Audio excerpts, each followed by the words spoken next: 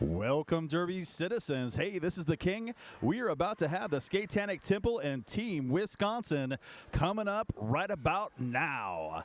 Now, I know this is kind of early for some of you folks, especially if you're tuning in on the West Coast, but we've got some great games all day long, all weekend long, so you want to make sure you're waking up, setting that alarm, and tuning in because you don't want to miss any of this great action. So once again, we've got the Skatetanic Temple, who's got players from all over the United States, quite honestly, and Team Wisconsin. And Team Wisconsin had a really good showing last year. We've got some really great players, and I cannot wait to get this underway. Looks like we've got 5 players on the track, 2 jammers behind that jam line. That is the Skatetanic jam line.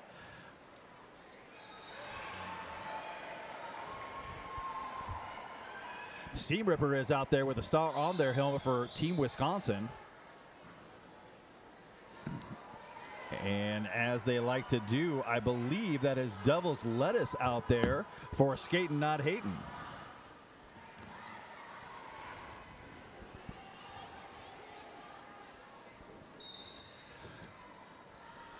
And the jam is started.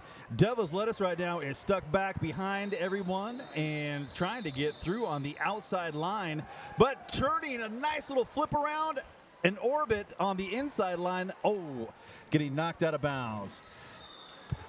That was Seam Ripper, who was stuck back in the pack, but Devil's Lettuce does get out as your lead jammer. Strong wall play through the apex. Seam Ripper does manage to find their way to the other side. Devil's Lettuce turning around, trying to pick up those points. Does get the four fingers in the air to get this jam to an end as they call it off.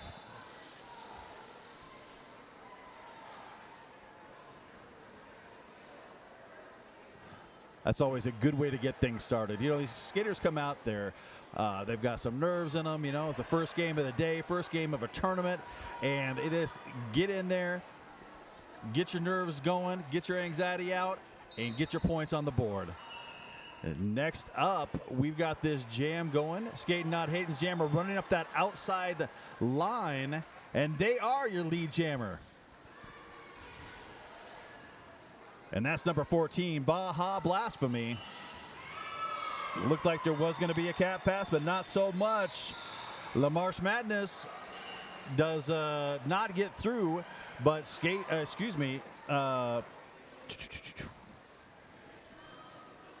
another 4 points picking up by Skatetanic Temple.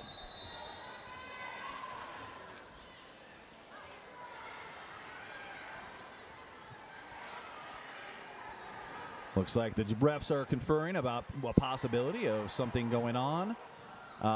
Just basically checking to make sure before play starts again that all the correct penalties are assessed and time is correct on the track, including scores.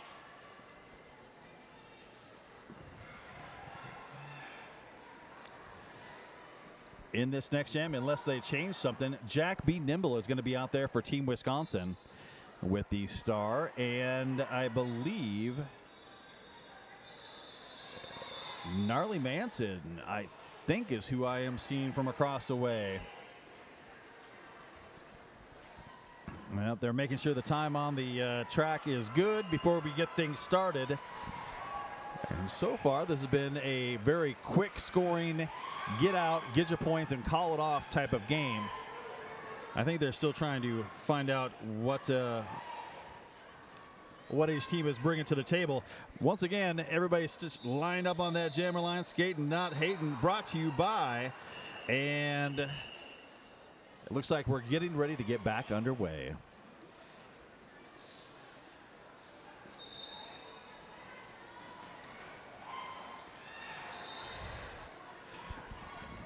Jack B. Nimble stuck behind a very tight wall, doesn't make it halfway, 10 feet outside the jam line. Finally pulls that cap off. Team Wisconsin is out. Jack B. Nimble does get through, calls it off. And Team Wisconsin is now on the board with 4 points.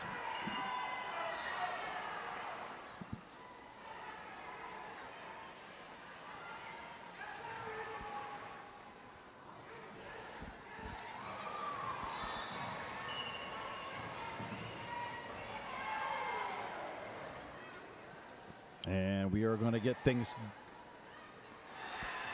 back and going. Seam Ripper is out there once again for Team Wisconsin. Nice job. They roll back, try to pin her back there. Seam Ripper finds an opening on the inside line, runs to freedom to become your lead jammer.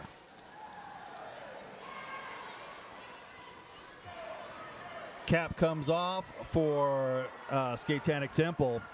Their jammer is trying still to get out. Nice little flip around. One skater left to beat.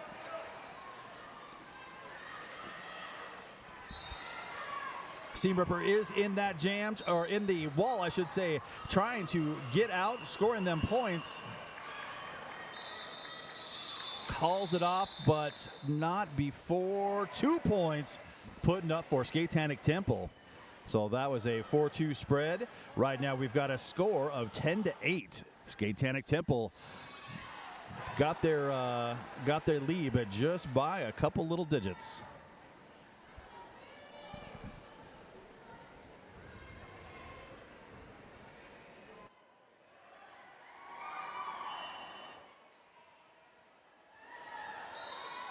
This next jam is on, and both jammers do take off out of the pack very, very quickly. Baja Blasphemous is your jammer for Skatetanic Temple. They do get out of the pack, gets knocked out of bounds, and does have to come back around and start again. Baja does make it through. It is your lead jammer. Cap has been passed.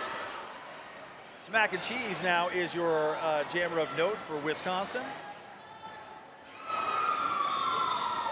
Baja Blasphemous gets through, calls it off, puts up 4 points, bringing that score to 14-8. I'd like to give a big special shout out to Capital City Markets.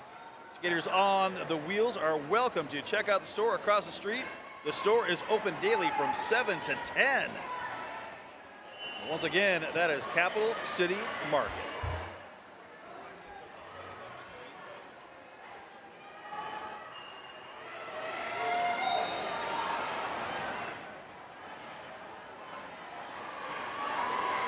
Well, it looks like Adrenaline Rush is out there for Skatetanic Temple. And an excellent hit out. That is Adrenaline Rush knocking back that's the pivot, my apologies. Knocking back that jammer and dragging back Wisconsin's jammer. Wisconsin's jammer, Jack B. Nimble, is out there still trying to get through. They are stuck up at the pivot line. Both jammers struggling, continuing to get knocked out and dragged back. Gnarly Manson is your jammer for Skatetanic Temple. And a direction of play penalty has been assessed to a Wisconsin skater. Gnarly Manson is out as your lead jammer.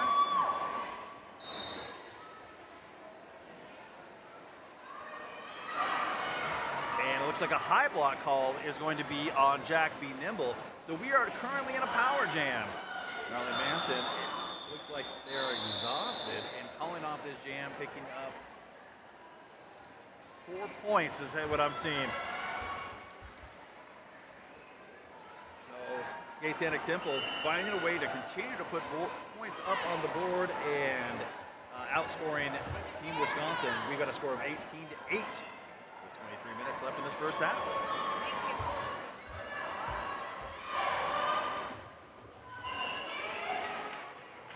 All 4 of the blockers for Skatetanic Temple are lined up on the inside line. Jammer 420, Devil's Lettuce trying to run up. And here comes the sweep. But 2 blockers did drop back from Team Wisconsin to try and do an excellent job of holding on to Devil's Lettuce. They're at the top of the apex and the swing has come. They're continuing to try and play, but I got to hand it to Team Wisconsin's defense right now and the penalty kill. They have not let that jammer out, and Jack B. Nimble is back in after serving time.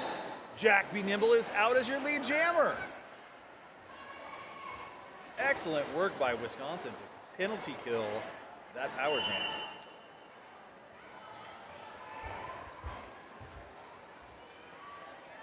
Jack B. Nimble trying to get through on their scoring pass.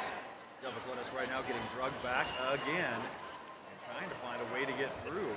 Both jammers no, they are not. My apologies.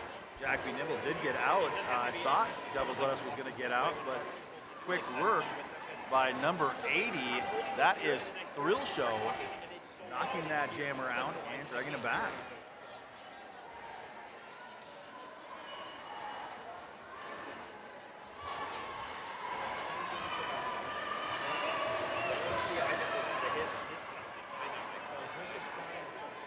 And we've got a call off. Jack B. Nimble went ahead and called it off. They were knocked out on the outside line. Didn't want to have the run back. They had all their points. Put a fresh set of legs in there. And let's get on to the next jam. We've got a score of 18-16. Nice job by Wisconsin. I want to give a shout out to Tom's Food Center. You know what? I go to Tom's Food Center often. They're located in Portland, Michigan, and good place to go.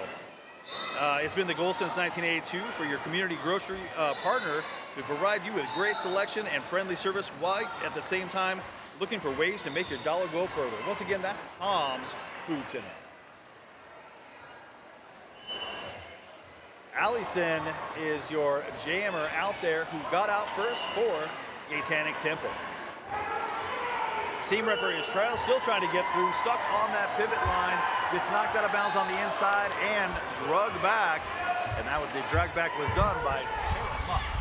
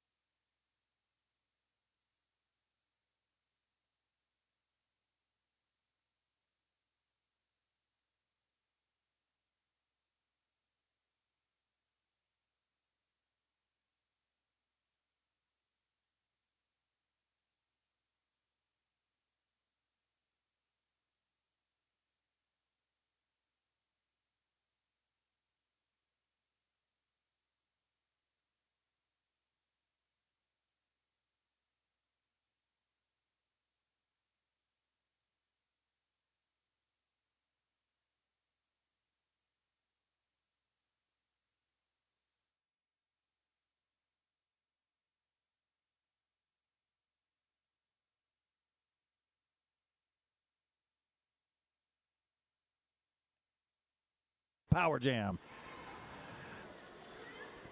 Marsh Madness enters there in the apex. Here comes all that offense. LaMarsh Madness runs right through the middle, hop, skip, jump, and they've got 4 points.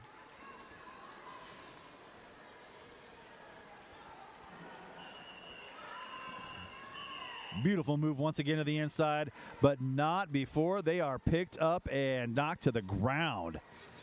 Oh, a huge hit.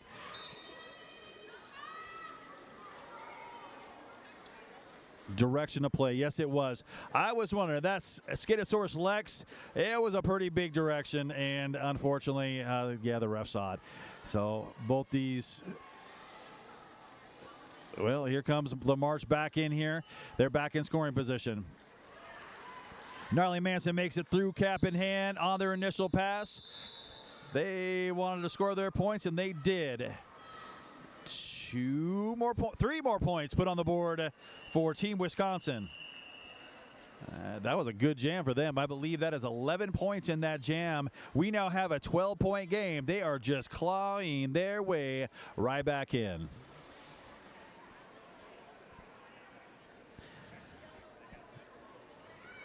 Allie Sin is out there for Skatetanic Temple. And right off the bat, Jack B. Nimble gets knocked out of bounds. I always like that little jammer, jammer doing some great blocking right out of the gates. And with that, Allison is out of the pack as your lead jammer.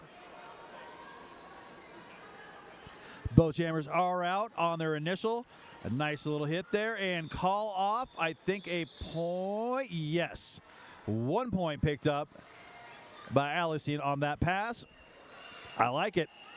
Get in there, grab your point as quick as you can, and call it off. Hold them scoreless.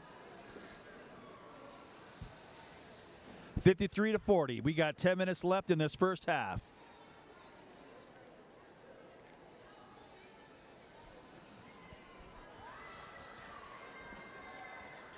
Baja Blasphemous, excuse me, going up against Seam Ripper. I've seen this a couple times, and I've liked this matchup. Baja Blasphemous finds a big ol' open lane on the inside, runs to freedom as your lead jammer. Seam Ripper, cap in hand, gets around the outside, looking for the middle, trying to get out on their initial. Baja Blasphemous gets past one, gets knocked out by the second. And they knew it. They were trying to goad her back, and she didn't take it.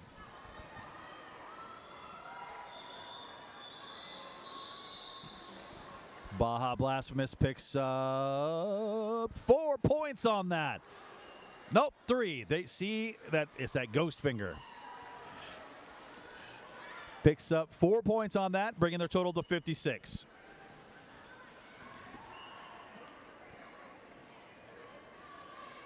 Like to give a big thank to Modern Skate and Surf. They have the best inventory of skate gear for sale in Michigan, and we also offer a place for our customers to show their own new gear. Our world-class skate park in Royal Oaks was created to meet the needs of every skater, biker, inline skater, scooter who walks through the door. That's, again, Modern Skate and Surf. Well, just like that, we've got Devil's Lettuce out there and LaMarsh Madness trying to fight through that pack. 4 points already scored by LaMarsh Madness while I did that read, because they are just that fast. Devil's Lettuce stuck behind number 13, Mystique, who's doing a great job holding them in and blocking them down. We've got a cap pass, adrenaline rush, cap in hand, and they are out. LaMarsh Madness could not get through that wall, decides to go ahead and call it off. We've got 1 point being put up. Make that 2. Make that 2. And for those at home that always are wondering why we have to change those points, they'll show it sideways, and you think you only see one finger, but there's actually 2 in the air.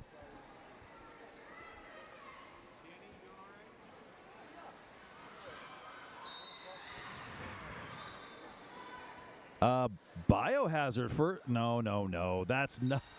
Excuse me. That is Gnarls Manson, who's trying to get out.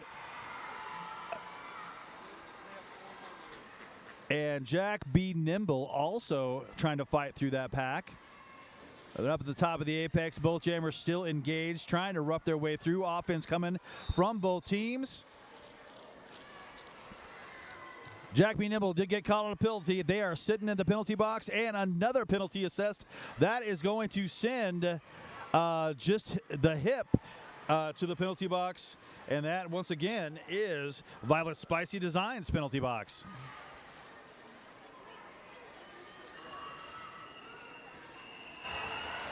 Wow, very, very tight. Gnarly Manson trying to get through, finally finds a way through, and it took almost an entire minute, but we finally have a lead jammer.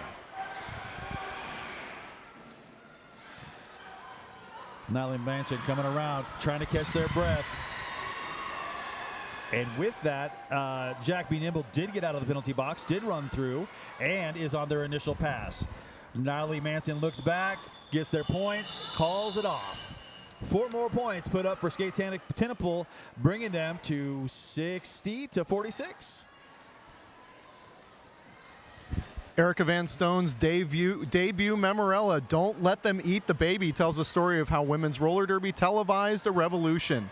Van Stone weaves personal narrative with cultural journalism, bringing in many voices to make the case for women's sports as a community lifeline and cultural treasure. Read, Don't Let Them Eat the Baby.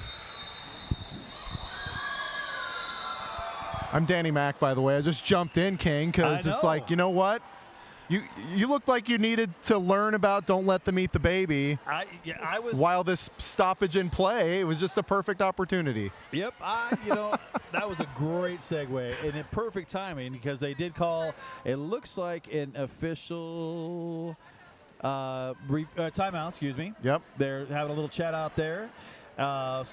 Yeah, which is brought to you by Crash Course, and Crash Course helps roller derby athletes build strength, track confidence, and winning habits to become MVPs on and off the track. If you want to make those 2-minute jams feel a lot easier, visit ChrissyCrash.com for a 1-month free trial of Roller Derby Training Club fitness app. That's just $1 for that free trial. That's incredibly affordable. And did you know life's a contact sport? It is. Win, baby. This is a close one, a 12-point spread. Skatetanic Temple over Team Wisconsin. Yeah. We got Sea Ripper is out there and Allison as your jammers. Allison is once again out in turn 1 as your lead. Be curious to see as this one goes on the fatigue level of both of these teams, because both so far have been really heavily reliant upon their core. Which towards the end of halves, towards the end of games, that really starts to wear on you in some cases. Absolutely. Allison is back out, picking up another 4 points for Skatetanic Temple. With a quick move, they go ahead and they do call it off as Karma did take the cap and was in scoring position. You say that, and some of the teams that played this morning, they have afternoon games. So right. We're going to see lots of fatigue and how it really plays out, especially as we roll into Saturday and Sunday. You know, who still has who is the one who did the extra work in the gym? Who is the one that ran that extra mile, you know? Well, it's also a fine line that these teams have to operate on, where a lead jam now by Team Wisconsin, where they have to select up front, like, okay, this is a must-win game out of the gate. For any of these lower-seeded teams that are playing this morning, they have to win, or else they cannot rise up in the rankings anymore. They have to win. So you've got to presumably throw your best first. Yeah, absolutely. Then that second game comes along. How do you manage that? You've got a roster limit. You can dress 18 for each of these. So who goes? Yeah. It's the combinations these coaches have to work with are kind of unlike any other part of roller derby. Normally you've got 15, you got your charter or whatever, and your regular team.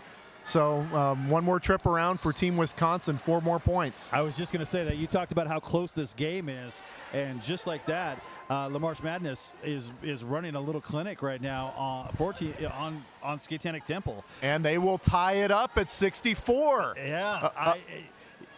this is a perfect time for that. That little break in the action. I don't know what was said in the timeout or what they were able to put together, but Skatetanic Temple is just kind of falling apart.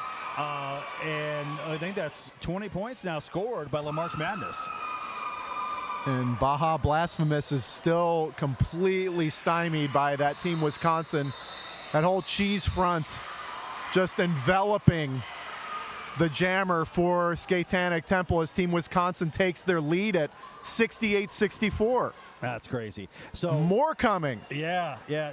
What was Baja Blasphemous has had a really good game. Yeah. Up until having no problem getting through the Wisconsin wall. So I don't know what they buckled down and did, or what was said to them, but that was a great jam, especially for the defense to shut down that jammer and allow their jammer to rack up those points. That is a 20-point swing. A 24-4 jam puts Team Wisconsin up 72-68.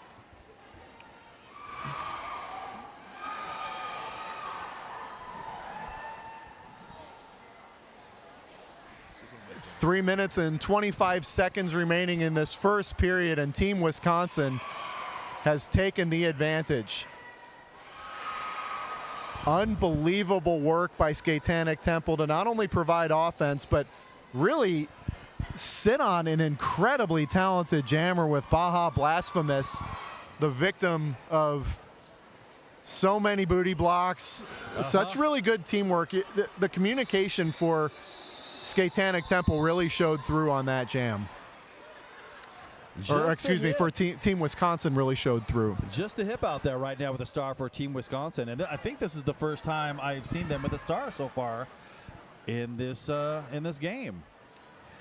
That timeout brought to you by Crash Course. Crash Course helps roller derby athletes build strength, track confidence, and winning habits to become MVPs on and off the track. Life is a contact sport. Win. Allison is the other jammer for Skatetanic Temple.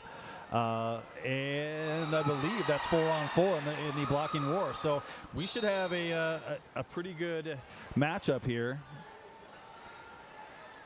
Allison trying to take that inside line, ends up going to the out, taking that whole pack with them. Stopped right there at the pivot line. Just a hip in the back, getting drugged back. They go up the inside line with a nice hit. But once again, Skatetanic Temple is locking down their jammer. Absolutely. And, led by Captain Tara Mupp in the rear of the pack, who then flowed back up. And once again, you're seeing Tara drag that jammer back for Skatetanic Temple. Allison is out with a beautiful little spin around and ends up as your lead. The amount of off the jammer smarts that both of these teams are exhibiting, and a star pass has occurred. Points will now be on record for Wisconsin. That's number 80. That's Thrill Show, who's taken the pass. But she stuck it. That was a beautiful move around those hips. 1 foot down, stayed in bounds. 4 points picked up. Goodness. Unbelievable. And Team Wisconsin equalizing Skatetanic Temple's points here. It's 4-all. More points could be coming here. 3 more for Skatetanic Temple. I see none up for Team Wisconsin, so this is back to a 1-point game. Yeah, I think that was a nice big hit there by that Wisconsin blocker to stifle that and force that call off. That was a beautiful hit. Wow. Yeah. 76 points for Team Wisconsin, 75 for Skatetanic Temple. 1:40 remaining in period number 1. This may be the final jam of this period. Both teams are rich with timeouts. Each have their official review that they can burn in this half.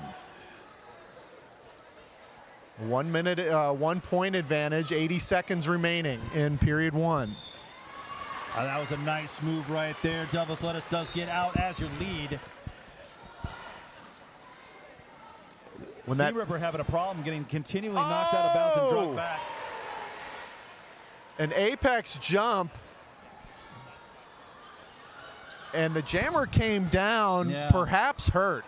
Yeah, I think that that's happened more than once. I think they've Yeah. There was something that happened earlier in the game where they got knocked out and they came up a little wonky, like they were almost like limping on their skates. So I'm wondering if there's something, they keep landing on that is just not feeling good for them. Because it was a long stretch for Devil's Lettuce to grab those points, keep that toe stop up front. I mean, that was full leg length to do that. And when you're applying pressure midair, that's like, the fulcrum's not in the right spot. Let's just put it that way. All right, we got, Allison is your lead jammer, and before I could even say the name, they were already out of the pack as your lead. 4-point jam from that last one for Skatetanic Temple puts them back in the lead, 79-76. Lamarche Madness is coming back around in scoring position. They call it off, but not before 2 more points being put up for Skatetanic Temple. Spectacular timing for Skatetanic Temple on that one. And that brings us to the end of period number 1. This one's been back and forth, especially of late, King. An 82-76 advantage for Skatetanic Temple. Well, really, they kind of shook it around for the first 3-4 jams, and then Skatetanic Temple really put the hammer down, and they went up 16 or 18 points.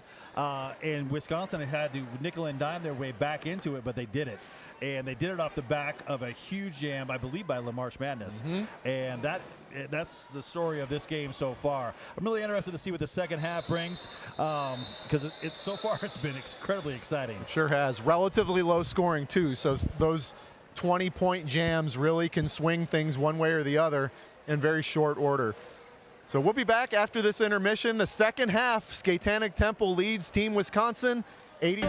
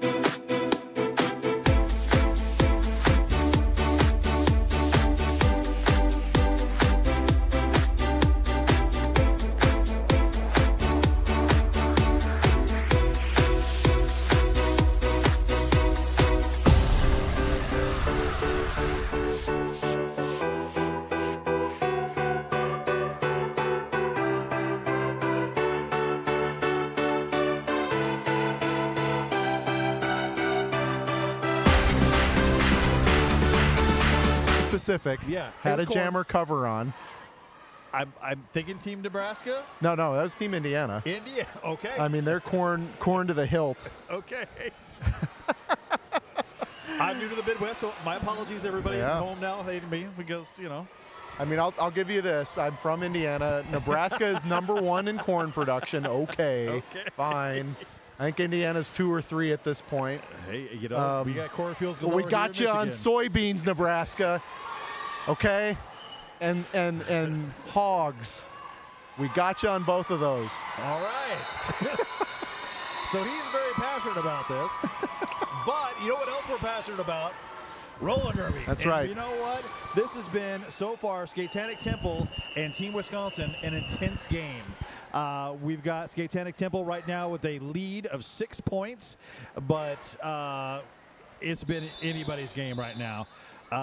Team Wisconsin has had a flurry with about 10 minutes left to pull themselves ahead. We've gone back and forth a little bit. Excuse me. And we're about to get back underway. We're going to think started with Allison and LaMarche Madness.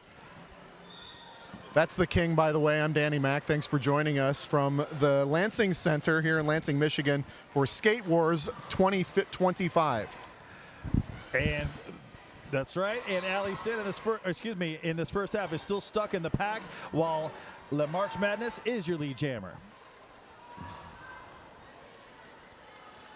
Among the first glimpses the world is getting of Skatetanic Temple Roller Derby, they're a team that's been formed fairly recently, doesn't have a lot of experience under their belt coming into this. 4 points on the board for Wisconsin as they get back within 2.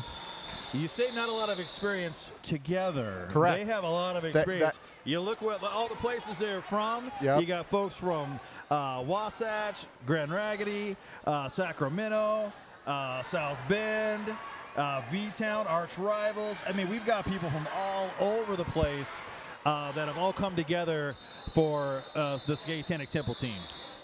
Team Wisconsin on that 7-point jam have retaken the lead. A mere 1 point advantage, 83-82. Punk and Derlick, they are your jammer out there right now for Skatetanic Temple. My apologies. Baja Blasphemous. I just completely looked and saw something else, and then I realized that's not who I'm talking about. Baja Blasphemous is out on their initial pass. Baja's got some speed to burn around those corners. And my apologies, folks. Sometimes we have a weird angle where we sit as announcers and looking at numbers. We might see something that doesn't line up, and all of a sudden you're calling the wrong person a jammer. So if I get it wrong, I apologize, and we move on. 85 now to 82. Wisconsin grabbing a couple of points, expanding their slim lead. Here's Allison once again out there on the jam line for Skatetanic Temple. Run up the inside line on the toe stops as your lead jammer. But a cut is called.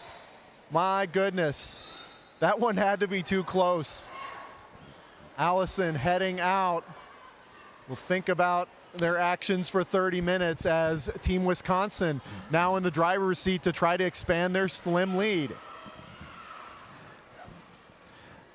And that's almost too bad because Seam Ripper now cap in hand. We're going to be going the full 2 minutes on this. Seam Ripper Chill trying to find a way out. Offense coming from all angles. And Seam Ripper right now tucking the cover. Hasn't passed it off, decided to put it back on. Just the hip got a forearm penalty, and they're going to spend some time in the Violet Spicy Designs penalty box.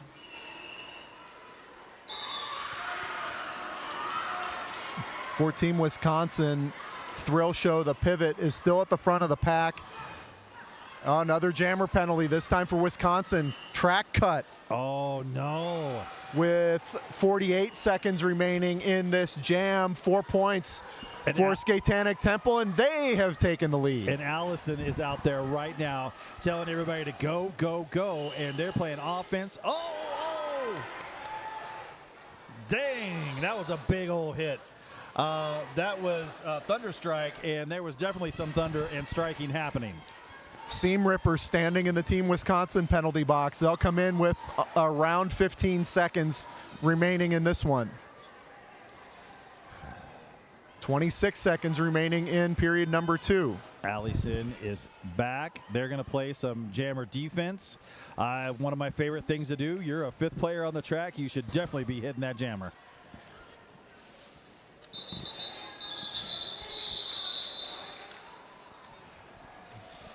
Skatetanic Temple picking up another 3 points on that last pass, bringing their total to 7 and a lead of 89-85. Wow. 25 minutes still left in this game, though, folks. Multiple lead changes already in period number 2 when we're down to about 25 minutes remaining in this one, as the whistle will tweet right around the 25-minute mark. So far, the game has been pretty clean. They've been spread the love around with their penalties, but I have a feeling as this game proceeds, things might get a little bit more chippy. A March Madness jamming for Team Wisconsin and getting lead jammer. March Madness super steady. I mean, that's a player that you can throw out there. You know you're going to most of the time get lead jammer. You're going to get real smart call-offs like that. That's a player that continually helps their own cause. Yeah. Well, Baja Blasphemous was the other jammer out there for Skatetanic Temple. They're struggling to get out. And like I said, Baja Blasphemous has been just working it all day long. And it seems like the last couple times we've seen him out there, there's been a little bit of a struggle. Set Team Wisconsin's lineup at the moment. Jack B. Nimble will jam. You got Mystique with the pivot, Radio Smacktive, V, and Hexproof all blocking. Yep, Jack B. Nimble is your jammer going up against Ali Sin. Ali Sin's crew includes Adrenaline Rush, the pivot, Cinder Blocker, a blocker, and Marvelous, a blocker. Ooh, tear him up also out there, the captain. Ali Sin got knocked out of bounds, came back in, and leveled the person who gave him their side with a huge hit. Wow. Go for the meaty bits. That's right. Don't give you my side. That's an open territory. All right, so Skatetanic Temple now in scoring position. They've got a 3-point lead. Wisconsin has either tied it up. Oh, they took 2 on this one, so there's, yes. We got a tie game. Well, I see 2 fingers and a thumb. Yep. 3 points, 89 all. 2 lead changes so far. May we see another? Wow. This one has been back and forth, King. You know, I love calling Derby. I love all the different games we get to participate in. Yep. But sometimes blowouts are blowouts. Yep. I love games like this. Just handing it back and forth. I mean, it's fun to even look at the benches in bouts like this, where you see just like total lock-in from everybody. Yeah. You see a lot of discussion about what's next. You see analysis. You see real true teamwork on the sidelines. When not to say that the blowouts you don't see some of that, but when these games are like this, every point matters. Every player is really, really dialed in. Lana Del Rage is out there for Team Wisconsin. They're struggling a little bit to get out past that pivot line. Gnarly Manson is your jammer, though, for Team Skatetanic Temple, and they are doing a great job pushing this pack forward, getting past the top of the apex. And, oh, I thought they were going to get kicked out of bounds, but they stayed in. 22 short minutes remain in this one. A big push by Skatetanic Temple. That was a beautiful hit out. That was just the hip. Both teams are able to throw that floater player out there. I mean, different organizations call it a different thing, but a lot of prevailing defenses / offenses are when you'll group some skaters together, usually 3, and then you'll let one roam, play offense, drag people back, and that kind of thing. Both teams right now feel a sense of being able to let that skater go free. 25 seconds left in the jam. And we finally got a lead jammer. And that was called late. That was called really late. They were trying to figure out where the lead jammer was. Yep. That much defense was being played that there was no lead. We had two right blockers sitting in the penalty box for a while. Right now we've only got one, so there's going to be a slight pack advantage for Skatetanic Temple. So the wise thing to do there, hit it and quit it. After that long jam, that sucker went a minute and 50 seconds. Following this game, we will select one MVP, and they will get some outstanding merchandise, printed merchandise from Derby Beast, as well as a pack of Scooty's roller skate wheel lockers. Wow, that was a great exit. Very low, very hidden, and that right there is Devil's Lettuce as your lead jammer for Skatetanic Temple. Skatetanic Temple bench is animated right now, as another 4 points go on the board, 8-point advantage. I love that that low when they come in like that. You know, Lauren Much does something very similar where they just dip down, ride those edges. Yeah, be below everybody's butt, and they just glide right on through with all that speed. Smart call off. They're going to leave the jammer in the penalty box. We're going to start in a power start, and we've got a score of 98-89. Some will kind of dip a little lower on the high side of their bodies and pull that bean dip action where it allows you a little flexibility. If you dip low, you can ride those edges all the way on the side, whip yourself around somebody. It gives you a nice start to kind of hard edge it where you'll cut inward, cut somebody off. Yeah. To do it defensively or offensively. One player left to beat. Oh, and they keep recycling up, trying to get a hold. Again, that's Baja Blasphemous is your jam. Oh, but coming out of the penalty box hot. That was LaMarch Madness, and that is your lead jammer. And LaMarch Madness had better hurry. Skatetanic Temple right back there grabbing, what, 2 points or 3 points at the end? We'll wait for the count here because 1 point, all right. I know. Wow.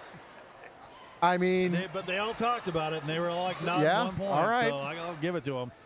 Hey, I want to thank the Lansing Sports Commission. It is your resource for sports, tournaments, and events planning in Michigan's capital region. As a full-service sports commission, we will work with you on every aspect of your event as a dedicated source for anything you need.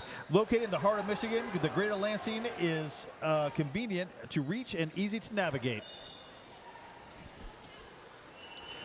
Skatetanic Temple rolling out Allison as the jammer, and then Team Wisconsin going with Jack B. Nimble again. Both jammers being enveloped, and Allison has gotten out, but will not be declared lead jammer. Oh, sorry, Jack B. Nimble got lead earlier, my mistake, and so Jack then calls it off, passing 4 hips on the way. Yeah, they got out as I was reading that announcement, and it always shocks me when they do it that fast. Bang, bang. 6-point advantage now for Skatetanic Temple after that 4-point outburst by Team Wisconsin. It really is going to be hit it and quit it jams for the most part. I mean, these teams right now, the margin's so thin. They're just trying to get as many points as they can and get that next group out there. Time management is going to start playing a role in this as we're getting around the 18-minute mark with this timeout call. But about 18 minutes left in this one, you're going to perhaps see a team start deciding, am I going to ride these a little longer? And what that does, if you've got the lead, you can give up a point or two in as long as you're getting time. You'll make that trade. Absolutely. You'll be like, okay, instead of a 4-0 jam, we'll have an 8-4 jam, but I've now worked a minute and a half off the clock. That's a strategy you could start working on right now if you're a team in the lead. If you're a team from behind, you really want those quicker jams because you need something else to happen. You need some penalty. You need somebody go to the box, a jammer to go to the box or something where you can stroll in and string together, say 8 or 9 points against none. That's how your rallies are going to start. You also got to really consider like your defense, and can you throw that offense to try and help your jammer? What can you do to try and get things out? Well, Out there on the line, we're going to see Gnarly Manson going against, once again, La March Madness. Gnarly Manson getting knocked out on the inside line. And La March Madness is out as your lead jammer. Here we go again. Gnarly Manson stuck at the turn 1.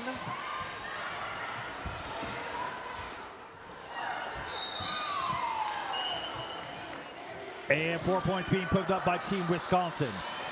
Gnarly Manson is in hot pursuit. There's a penalty being called by, and looks like a player from each team will be headed to the penalty box. We got a fast pack. Everybody decided it's endurance day. This jam comes to an end, but not before 2 fists in the air for solidarity. Nobody gets any points. Only 9, let me see, 4 points being scored by Team Wisconsin on their initial pass. We've got a score of 99 to 97 with 17 minutes left in this half.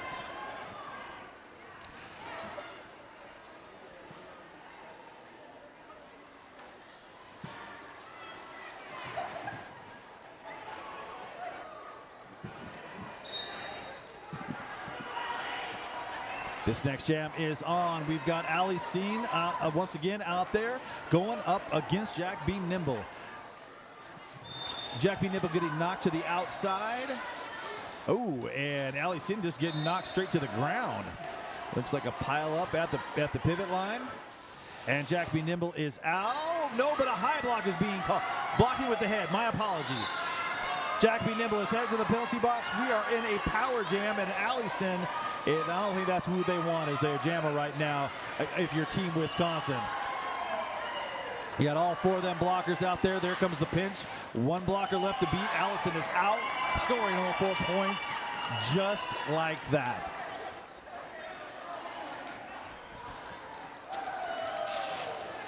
Excellent offense being played on the out.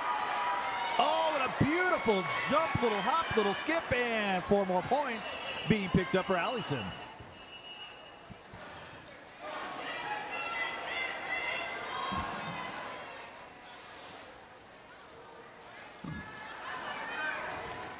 Time has been served, and just like that, Jack B. Nimble is back on the track. They try to envelop, and both teams now are holding on to their jammers.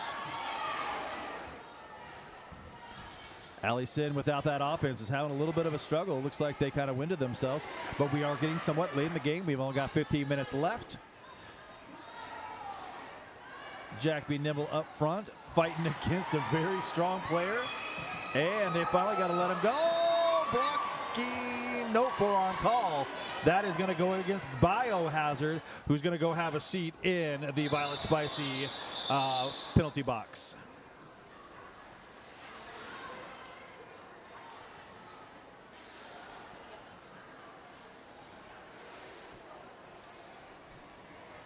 Well, that was active. We've got a score of 111 to 97. 14 points now separate these 2 teams.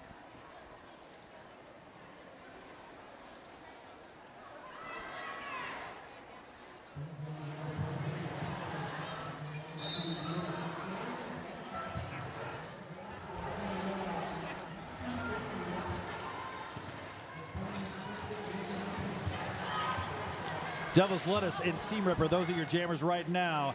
Seam Ripper is up front, got a little bit of help from some offense, but the defense for Skatetanic Temple was very quick to circle back around and stop everything. Does look like another forearm call. That is going to be called, I think, on Sicko.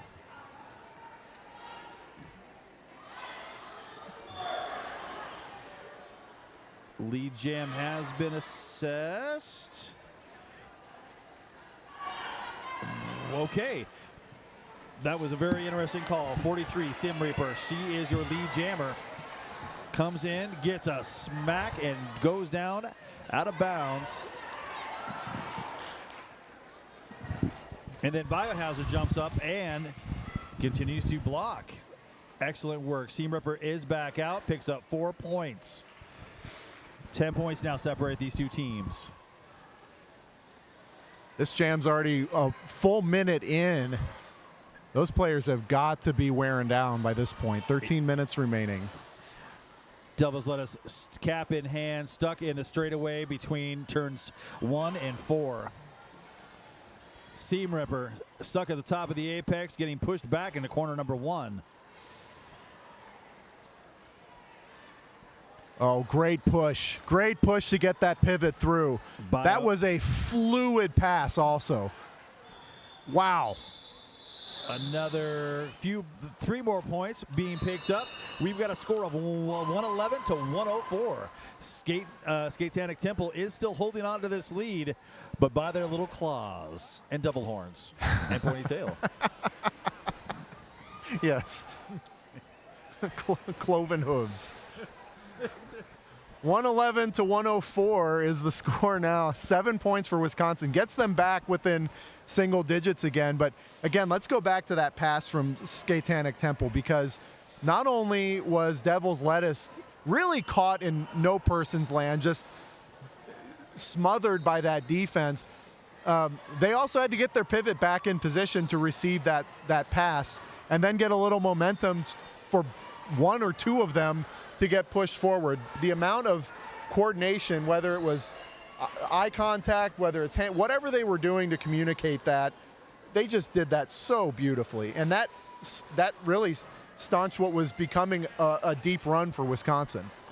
Well, we got an official review out on the track. Somebody wants to nail something down. I don't have any speculation on what it could be, but I'm definitely interested to see what can come out of this.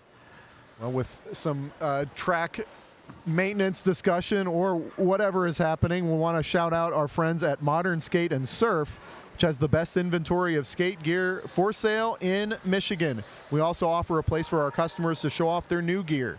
A world-class skate park in Royal Oak was created to meet the needs of every skater, biker, inline skater, and scooter who walks through the Modern Skate and Surf doors.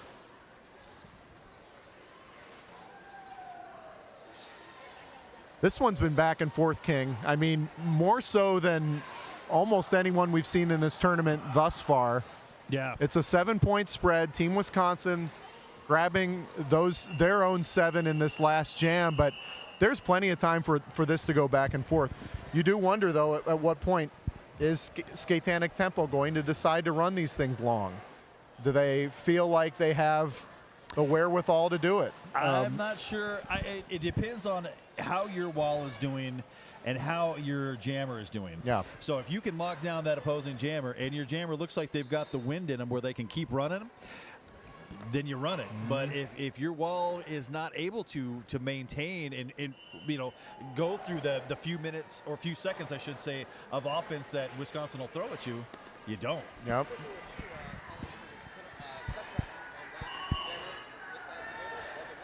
Wisconsin wanted a track cut. They got a track cut. Interesting.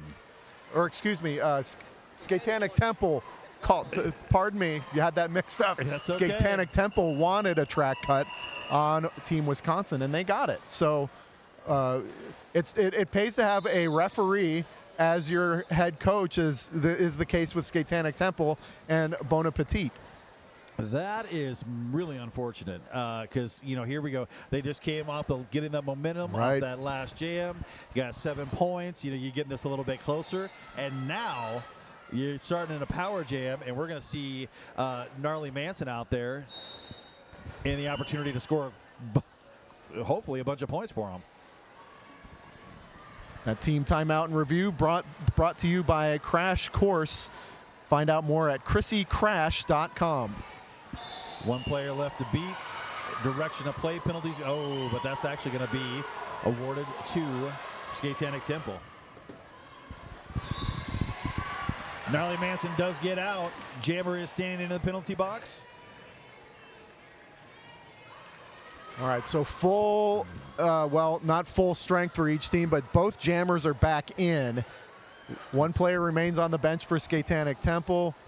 You're calling multiplayer. Is that what you're seeing out there? I didn't see it. I saw it, I should say, but it didn't get called. That's okay. I thought that's what they were going to do. Oh, my goodness. Star pass by Team Wisconsin. That was a huge hit by number 12, knocking down Gnarly Manson, and they just went ahead and called it off.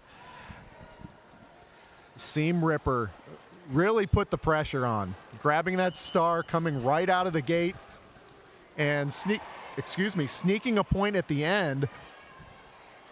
With Skatetanic Temple getting the full 4. Excuse me, King. No, you're good. 10 points now separating these two teams with, what is that, 11 minutes left? Yeah. Wow. We are going to see this all the way down to the wire. Skatetanic Temple situates themselves near the jammer line, and they will just throw their wall in full force at this team, Wisconsin LaMarche. Baja Blasphemous is out there trying to get through. Just the hip, throwing that hip. You know, I'm telling you, man, just the hip has been amazing. They are sitting on 4 penalties, but it's, I mean, you know, you can't make eggs without, you know, cracking a few shells. It's hard to ever find an MVP of a game or somebody, MVP jammer, MVP blocker, whatever, who goes penalty-less. Oh, it's really difficult. I mean, if you're pushing the limits in every way possible, as these teams are right now, something's going to happen. You're going to get penalties. You're going to hit somebody out of bounds, whatever it is. But if you can keep that aggression and you don't foul out and you don't get too many penalties at key moments, that aggression is super helpful. Aggression is exactly what I'm seeing from Just the Hip. Yeah. Just the Hip is out there, and every time they're hitting another blocker, they're hitting that jammer, they're guiding that jammer to the line and kicking them out of bounds and running them back. Every time they're out there, they're super active, and they're always in the middle of that play. 11-point advantage for Skatetanic Temple. 9 minutes, 44 seconds remaining in this second of 2 periods. Allison with a nice little fake out runs directly into 2 more blockers, and Jack B. Nimble gets out as your lead jammer. Now Allison is playing a little bit of offense, or a little defense, I should say, and does end up running out and getting free, forcing the call off. I like aggressive jammers. I do too. I really, really do. I do too. And this late in the game, all those licks matter. You know, a couple extra hits, legal, of course, add up. And 4 more points for Wisconsin. They're back within a jam or so, back within 7 points.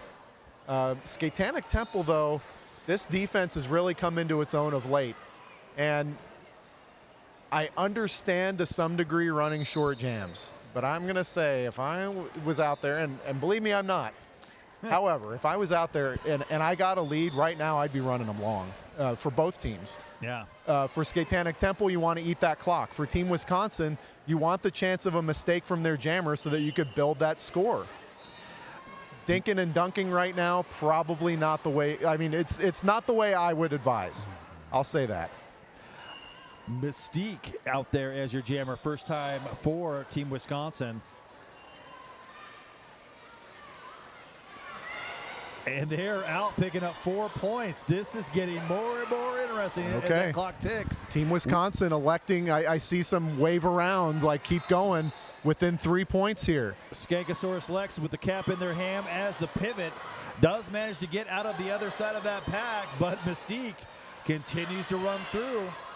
Let's see what they do. 4 more points, and they call it. Yep.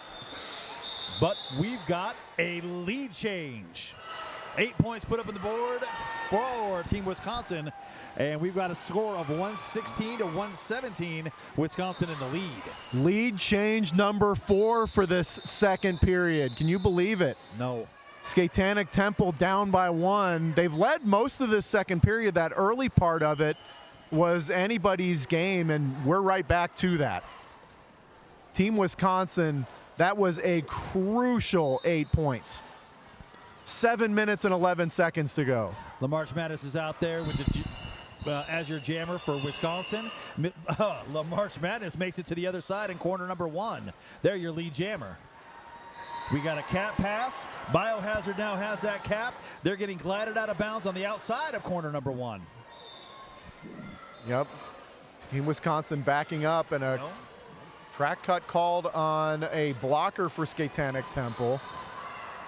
So they'll send 2 to the box. A micro pack working for Skatetanic Temple as Wisconsin expands their lead with 4 more.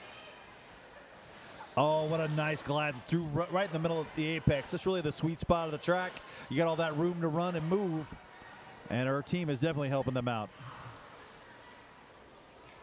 All the skaters are very widely distributed, I'll say right now. This is not a tight pack going on. This really plays to the advantage of LaMarch Madness, who can find space, who has the speed and the edge work to really, really get through and get through often. 12 points already for LaMarch Madness. 47 seconds left in the jam. We'll see if Wisconsin keeps going. Do they have what it takes in the gas tank for that? Excellent blocking and wall work right now from Skatetanic Temple to stifle LaMarch Madness. And they're going to go ahead and call it. 2 more points for Wisconsin gives them a grand total of 15 points in the jam. Wow. My So they're calling a timeout. goodness. Skatetanic Temple. They're hands in the air. It's time to rally the troops. We've got a score of 132, 116, 5:35 left in this half, or this game, I should say.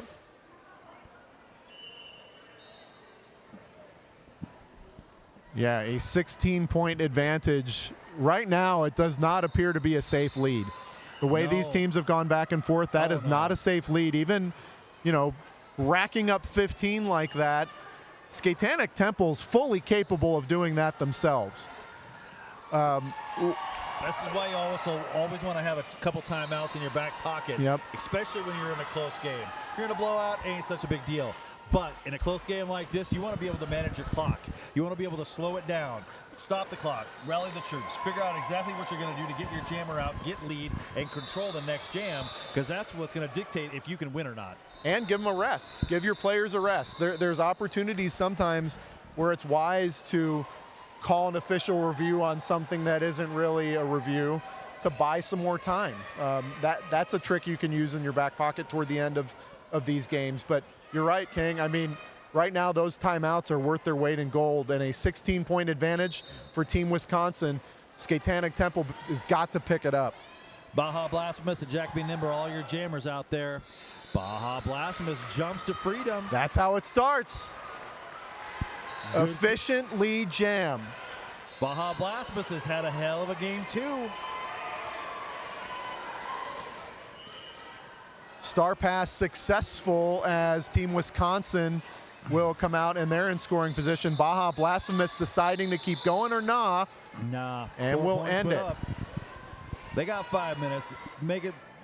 That's a good call. I like that. Call it off. We got 12 points difference now. Whittle it down. That's a little bit more in a little bit more breathing room. Yeah, see, that's where I'm. In this case, I'm team run it, and I'll tell you why. All right, if I'm ever playing against you, I'll remember that now. There's 4 minutes remaining, almost 4 minutes remaining in this. You left about 50 seconds on the clock. Say you end up trading points for that one. You've still got 4 from that jam, and a net of 4. Clock is so much more valuable at this point if you've got the lead. Beating a dead horse, perhaps. Allison is out there with 1 blocker left to beat, and it didn't matter. Lead jammer has been assessed for Skatetanic Temple. 12-point advantage for Wisconsin. And Skatetanic Temple not done yet. Wow, Allison getting through. Allison gets through as a power jam is called for Skatetanic Temple. Opportunity knocks with an 8-point deficit. Is about to get real interesting. Make it a 4-point deficit. Woo! Jammer still sitting. 4 points put up. Here comes Allison in scoring position. This is getting good, King. Inside line gets knocked out of bounds. But I think all them points were picked up before they stepped out. True. Yeah, so those will be coming back on at the end, but just Allison, 50 seconds. Up around the front. 4 more points.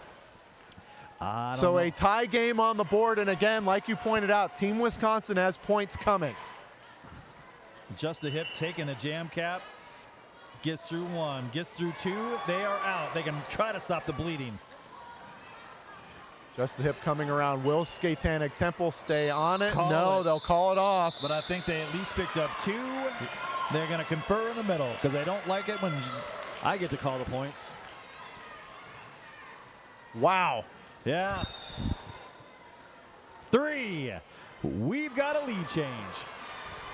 135 to 132, a mere 3-point advantage for Skatetanic Temple. Amazing. 5 lead changes in this half. Amazing. This thing has been back and forth. 2 minutes and 22 seconds left on the game. And here we go, the March Madness. Keep saying that name, and they are out once again as your lead jammer. The March Madness, so fluid, so reliable. Plays such a clean game. Oh, there it is, 4 points. Skatetanic Temple has passed the star. Their jammer's got it in hand and is running out. That's Adrenaline Rush. Got the cap right now. Adrenaline Rush does get out. Tried to slap that cap on there. There's 1. There's 2. There's 3. And they call it. Trying to hang on to those precious points. Adrenaline Rush jumps that apex. I don't think in time, though. The refs are talking about it, though. No point scored. Okay. So now we've got another lead change. It's 138, Wow. 134. Wisconsin in the lead. The March Madness yet again answers the bell for Wisconsin. And that Wisconsin defense can be smothering at times. Timeout called by Skatetanic Temple as we move in to the final minute and 31 seconds of this game. 6 lead changes in the second half, King. Incredible. 4-point advantage for Team Wisconsin. And obviously lead jam is critical here. Yeah. And so you can play it a couple. If you get out first, if you're Team Wisconsin, if you get out first and can score, do you skate it out? Yeah, I think. If you feel like you're going to be trading points, you have an advantage right now. You're up by 4. If you feel like it's going to be even, go. You've got to run all that clock out because you can at this point. There's 1 minute and 31 seconds left. If you've got control, you can run it. That's how I'd play it. All right. Well, on the line. What's that? Is that absolutely? They've been carrying you all day. Allison is out. Wow. As your lead jammer. Okay. Can Skatetanic Temple hold Jack be nimble? That's almost as important as what Ali Sin does with points. 4 points, tie game. Tie game. And Mystique now with the cap. They did a Skatetanic Temple will run it. Now Mystique was out there, did have a jam, did a pretty good job in the jam. But right now they're stuck at the top of the apex. King, this is the Skatetanic Temple bench betting on themselves. They're saying we can do this. Yep. We have the defense to stop Wisconsin. We have the right jammer right now who's putting money where their mouth is and an 8-point lead. This is Skatetanic Temple betting on themselves. Absolutely. And it's paying off. Here we go, another 4-point pass by Ali Sin. 30 seconds remaining on the period clock. Allison comes in, hits that wall, backs up, starts again, trying to follow the offense, gets knocked out of bounds. Only one hand down. They come right back in. Mystique is. Oh my God, how do they stay in bounds? Wow. Wow. Hail skating. I don't know. That's the only thing I can think of. Yeah. Allison has sold them souls to the skate gods. 3 points for Skatetanic Temple and a 12-point advantage. Mystique has the jammer cover for Team Wisconsin, and Skatetanic Temple pulls it off. What just happened? I got tingles from that little finish there. We got a score 149-142. It's unofficial. They're going to rack it up. They're going to make sure they check everything. But that was an amazing game. That was an amazing finish. That was a pleasure to call. 6 lead changes in one half. How often do you get to say that? You don't. But also, how often do you get to say that any team could have won it for anywhere from the last like 5 to 10 jams. If we had another two minutes on the clock, I bet you Wisconsin could have pulled it off. Sure. I mean, that's the kind of game this was. It really just came down to really, you know, who was out there, what you were doing, what your game plan was, and, you know, penalties. Yeah. It was. Yeah. And the fact that they did run it, that was a great call. I mean, I think that really, you know, kind of dictated what you could do. I mean, you're what I said earlier was they're betting on themselves. And again, the example is like, do you think you can hold them to nothing? Because right now you've got the lead. If they score nothing, you win, plain and simple. If you take the lead, you call that timeout, you're leaving or they're going to call the timeout. They've got time now to take the lead back. You can't do that. You can't give up that opportunity. You got to believe in yourself, and they did. Right. Well, once again, Daddy Mac, I think we're right back here for the next game. Sure. But that was an absolute pleasure to get an opportunity right out of the gates to call a game that exciting. I mean, it really just, all the fans, I'm sure everybody is loving it. Whether or not you won or not, it was incredible. This is the epitome of what Skate Wars is all about.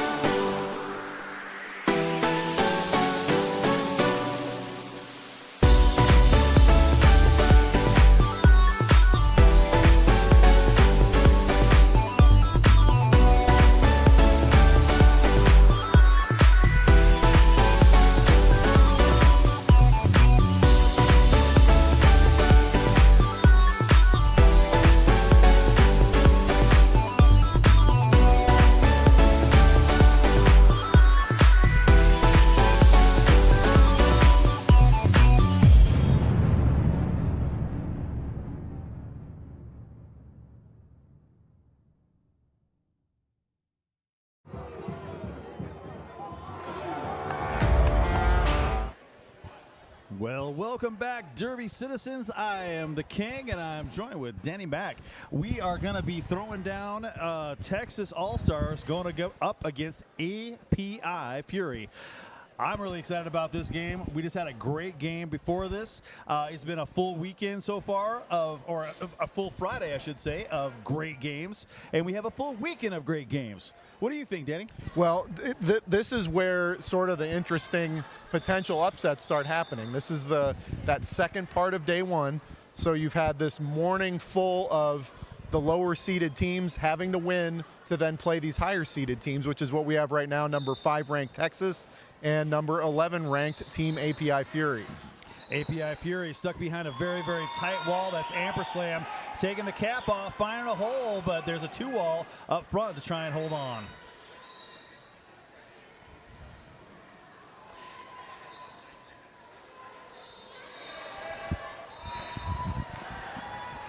Arc and Kiss getting out, picking up 4 points on that initial pass for Texas Fury. Wow, this is a quick start. I mean, this is, a minute into this, 30 seconds into this thing, and we've already seen multiple passes. Yeah. That was a very strong hit.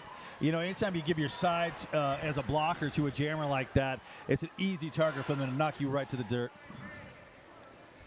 That's one of, gotta hit him in the meat. Go for the soft stuff. Texas right now doing a great job locking down their defense. They basically dragged that jammer about halfway around the track, maybe a little bit more, but that jammer's gone really nowhere. Yeah, I saw earlier I said multiple passes. No, this is the first scoring pass, but they got out so quick, and then all of a sudden it was lockdown defense for another 20, 25 seconds. So 4 points is all on this first go-round. Nice defense by Team API Fury, staunching what looked like a runaway to begin.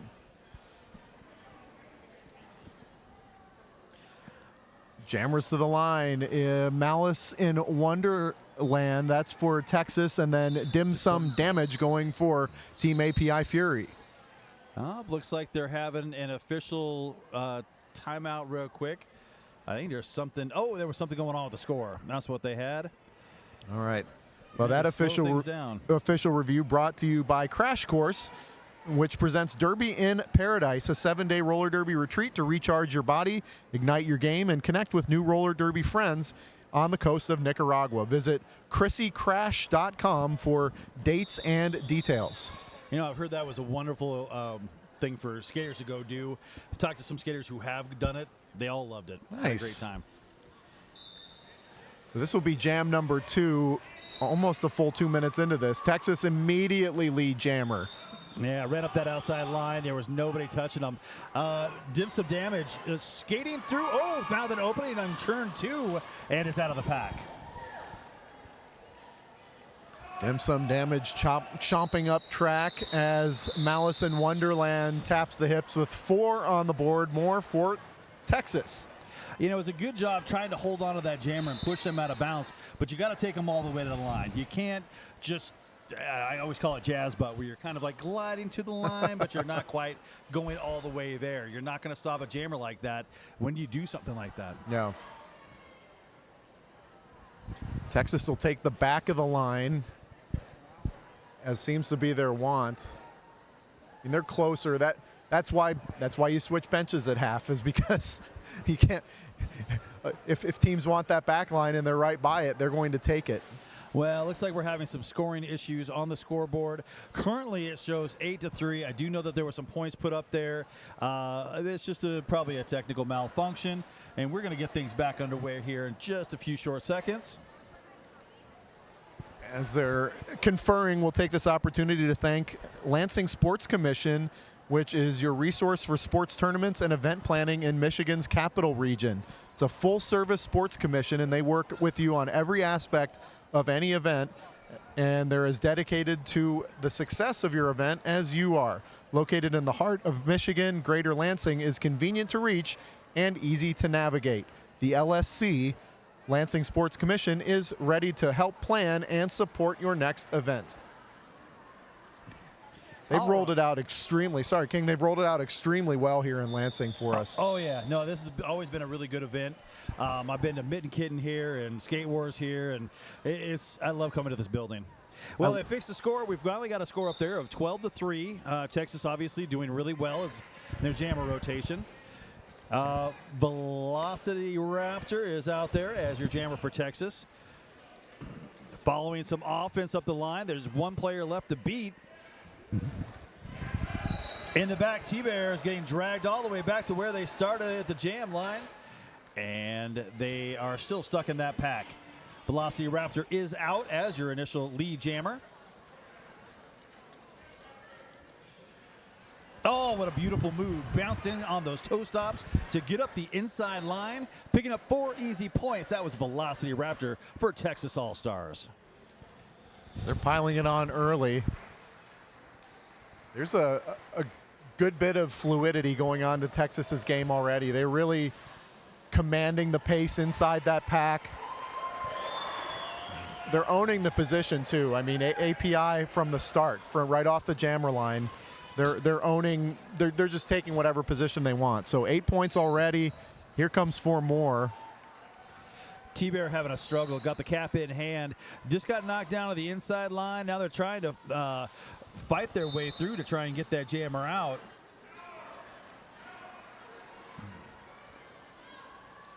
And it looks like a forearm. That's going to be called on Benita Bandera. And that's going to put them in the penalty box. Texas playing like a 5 seed already. 12 points on the board. There's 22 seconds. They'll run this one darn near to the wire. And calling it with 2 API Fury skaters still in the penalty box. So micro pack to begin for the team in white with green trim and black lettering and numbering against Texas, who's wearing their blue jerseys with the Texas flag, in some cases shorts. But it's, yeah, Texas flag colors, red, white, and blue. Blue jerseys, red lettering and numbering, and some white trim. All right, this next jam is on, and with that micro pack you were talking about, jammer runs up and instantly engages some blockers. What a great play to get knocking the jammer to the inside line. Yeah, that was Shake and Bake, who continues to just go body on body and finally doesn't have enough, but that was a valiant effort. One of their players have gotten out in that time. Great job, great stall work by Shake and Bake. Yukil Lily is your lead jammer for Texas. They're back in the pack in turn 2. Oh, a nice engagement, though, by API Fury. And they're making the jammer go back and start again. T-Bear had already stashed the star and has now passed it to the pivot. I got to catch the pivot's number as they come back around. But Texas still commanding this pace, but I really like what Team API has done to kind of bring themselves back. Yukil Lily still running, picking up points. Came in hard and, picked up a back block. Wow. That's going to be unfortunate. They're headed to the Violet Spicy Designs penalty box where they're going to spend some time cooling them wheels. Team API Fury has Shake and Bake now as the jammer. They have not released the jammer yet, so this is not a scoring pass. This is still just to get out for the first time. Oh, one player left to beat, but they got knocked out of bounds. That's going to make them have to roll back and start again. I believe that was Sparrow Dynamic. That was the knockout blocker. Texas's jammer is standing and now working their way back in. Shake and Bake to go ahead, helping bridge everything back. They're going to go ahead and stop and be a blocker. Yeah, I think at that point that's the wise call because time was going to go all the way. Yeah. Clearly they were struggling. They had to pass it to begin with, and Shake and Bake was going to play defense, which is typical Shake and Bake place to be. Jammer's coming out for Team API Fury. That's 86, made in China. And for Texas is Ericus. Nice hit out and draw back right there. Erica's having to go back into turn number 4. First lead jam, though, for Team API Fury. That's made in China. You love to see that. And they're not just going for, you know, a point here, a point there. They want all 4. Texas had other ideas with that, but to grab 2 points and stop that bleeding, because Texas was on a healthy run, a 20-0 run at that point. Right, 2 points picked up by both teams, though. So everybody's saying peace, live long and prosper. Hey, Violet Spicy Designs, I had mentioned they're part of the penalty box, but they make shirts, practice shorts, sweatpants, sweatshirts, and much more. If you want to say, if you want something from them, go ahead and go over and talk to them. They're sarcastic, cute, and funny, and they'll get you helped out. Once again, that's Violet Spicy Designs. Back to Derby and back to Texas leading 34-5. Malice in Wonderland is up front, gets out first as your lead jammer. And as high a score as you're seeing, a lot of Texas's success so far has just been that defense. And they can focus on sitting on their jammer, sitting on the opponent jammer, and freeing up somebody to chase the other jammer or to play some offense. They really have a lot of variability available to them right now. That was an incredible hit on the up at the top there by one of the Texas blockers, and somehow the jammer stayed in for API Fury. Jam comes to an end. Not before now. We've got a score and 4 more points put on the board, and a score of 38-5 for Team Texas.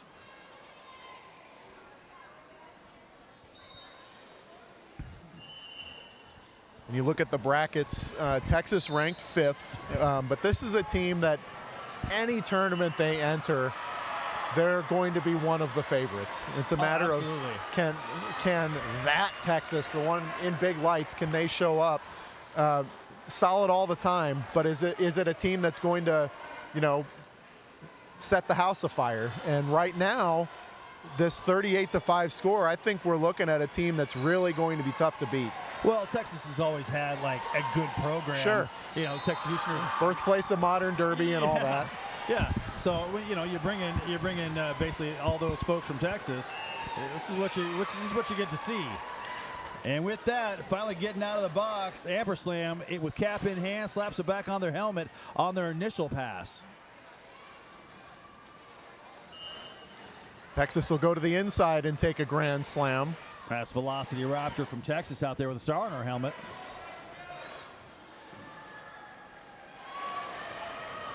Nice glide out there from Texas. And Velocity Raptor gets through on the inside line, picking up another 4 points.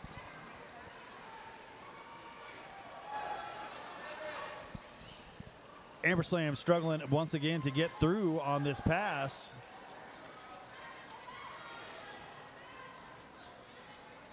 Amperslam's trying to do a lot of different things and finally gets out, but Texas's guard on the inside line is just impeccable right now. Yeah, that was interesting, that pass there, but they got it completed, and 4 more points they'll put up on the board for Texas, bringing their total to 49-9. That's a huge start. API Fury scrapping for anything at this point, down by the largest lead. You know, and you almost feel bad for APY Fury because they had to play this morning just a couple hours ago. Sure. And then you got to come in and play a team like Texas. It's like your reward. You get thrown into the deep end. But that's what you want when you're coming to these tournaments as a team. If you want to be the best, well, it's the old adage, you got to play the best, and that's what's happening. And you look at the top 5 of how these tournaments are ranked, and it's a toss-up, to be honest. I mean, Black Diaspora rightly the #1 seed. Team Michigan, #2. New York is 3. Team Pennsylvania 4, and then Texas. It's virtually a coin flip between the level of play of any of those top 5 teams. Absolutely. And, you know, Team API Fury, they've gotten out as lead jammer. They are trying to score. They've actually stifled the jammer a little bit. And, you know, Texas right now struggling, even though it's, I say that, and of course the jammer gets out of the pack on me. Right. Announcer's curse. You're welcome. 4 points mustered by Team API. That's their highest scoring jam so far. And they shut Texas out. So you know what? That's a nice one to tuck under your belt right there. You know. So timeout being called on the track by API Fury. They're seeing maybe a little success, and they maybe want to try and capitalize on it. So, you know, and you came in with a game plan. Maybe it's time to shuffle that game plan. You know, maybe you were looking to throw offense, and maybe you got to throw more offense, or maybe you got to lock that jammer jam because the jammers are getting out way too easily. Yeah, and if you look at the last, I don't know, let's say like 3 out of the last 4 jams, Team API Fury is getting there. They're getting a little bit more comfortable, it seems, with each other. But sometimes you face a buzzsaw. Today, Texas already looks like a buzzsaw. So you sometimes switch gears on your expectations too. What are we going for here? Are we going to stay competitive? Do we have some mini goals that we're setting? Are we going to keep them scoreless for the next couple jams? Are we going to set a time limit? You can play it any number of ways in your huddle to get those little victories that then add up to a narrow margin by the end of the bout. Yeah. That's actually that's a great way of saying that. You know, what are the wins you're going to go with each jam that you go out there? Hell, what are you going to do with each pass that you have out there? Just because the jammer gets by you once doesn't mean it's going to happen the next time. And, you know, these games last 60 minutes, which seems like a heck of a long time. Texas lead jam again, Eric Hiss. But you think 60 minutes, lots of time. Well, no, because you're also talking about 40-ish opportunities, 40-ish jams in a game. So 3 or 4 of those go completely awry, and you're down a lot. Right. Well, they're trying to pass that cap. T-Bear's got it, but T-Bear wants to get rid of it. Ended up on the ground and was trying to pass it, but, you know, that's not an illegal pass. The pivot was smart enough not to take it. Texas is just so fluid about preventing that pivot from getting anywhere near the jammer. Eric Hiss got through the pack, but came in very hot. Got a high block and is going to sit 30 seconds in that Violet Spicy Designs penalty box. Already 8 points up for Texas in this jam. 16 minutes, 20 seconds to go in period number 1. I'm Danny Mack. I'm with the King. We're in Lansing, Michigan, putting on this amazing Skate Wars tournament. Track cut called on Team API Fury. That was a nice move on the outside. And she was trying to hook her toe stops on there and tiptoe out of it, but Texas took her all the way to that line and then some, and she did take a step out. Just slipped, yep. Game of millimeters sometimes. Ericus is back in, picks up another 4 points on that pass. That's bringing their total to 12, 11 more seconds in this jam. Credit where credit's due, King. I know this is a high-scoring jam for Texas. However, that one went the full 2 minutes. Team API had somebody in the penalty box. So, yeah, that was interesting. They also, because they had a power jam, they had a goat in the back. Yep. And so they basically pulled back that singular blocker, making the pack in the back. The other pack kept pushing forward. That was, I think, refs trying to decide on where the pack actually was towards the end of that jam. There might be there's an official review on the track. I'm interested to find out what they're looking to review in this case. Well, this one ended up as a net 12 points for Texas, 16-4 on that jam. But yeah, like I said, this was one that could have honestly gone even worse.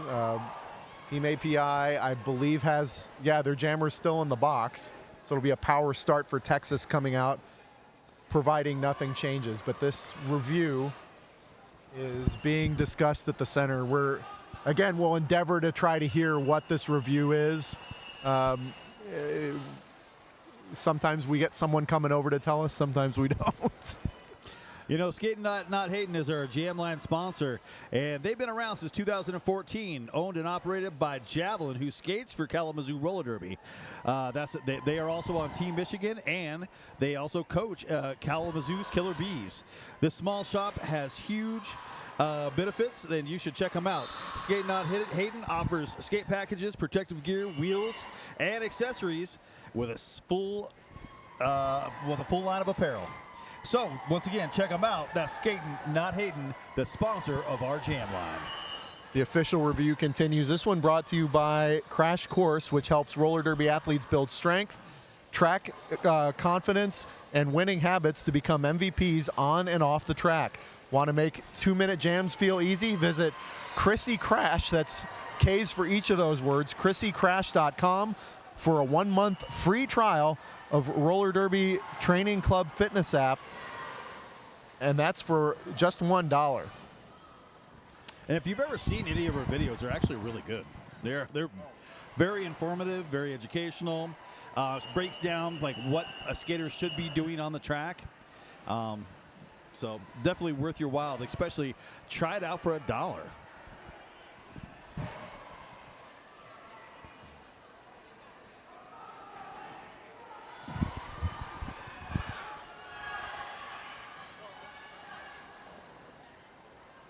This official review continues. It's about 2.5 minutes into it. When they break, it'll be near the midpoint of this first period. 15 minutes, 18 seconds to go in period 1. This is interesting. I almost am wondering if there was a counter review on something else. There's lots of very lively discussion out there by both coaches. Yeah, trying to get to the bottom of what's going on.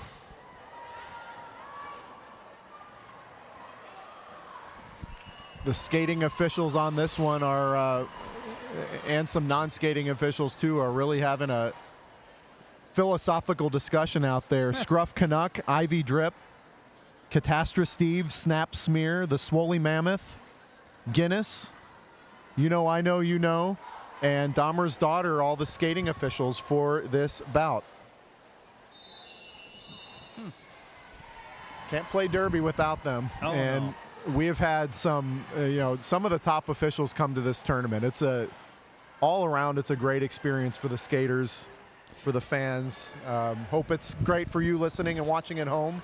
And appreciate you tuning in. I just noticed the coaches over there. Darth Bling, who's also a top-notch official out of Rose City, he's coaching APY Fury. So he's been coaching since I've been around. Yeah. So he definitely knows his stuff. I'm interested to find out what was discussed out there.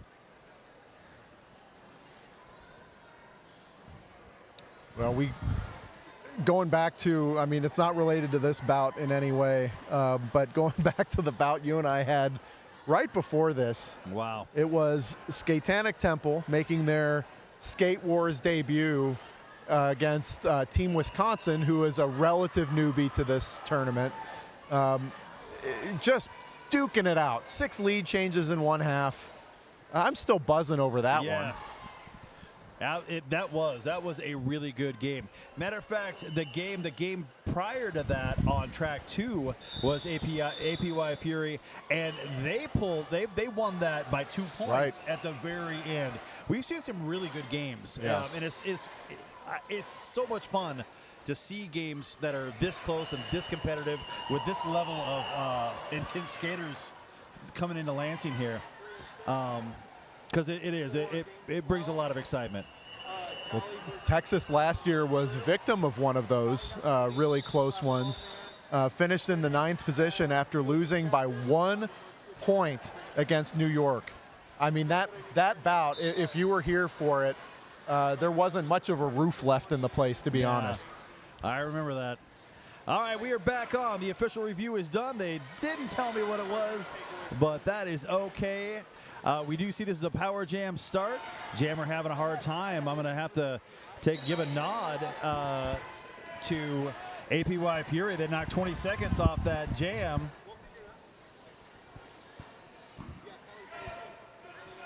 They're on their scoring pass. APY Fury moved up. That was a nice move to get through. Malice in Wonderland is your jammer out there, and they basically took everybody for a ride all the way up into turn number 4. Exceptional balance from Malice in Wonderland. There had to be 3 hits that most other skaters would have either hit the line on, had to go back. No. Total toe stop work. Another 4 points on the board. Let's see if they get the call to end this or keep it going. They're going to stop it. Smart move. They kind of ran the clock, waited until the jammer was within 20 to 15 feet. Call it off. Yeah, 73-17 is the current score, and that, again, those little skills come up big in games like this. When you've got someone peppering you, if you can balance on your toe stops, holy smokes. If you can balance on your toe stops while you're on a turn, double holy smokes. Like the skills that are at play that we're witnessing are just gravity-defying.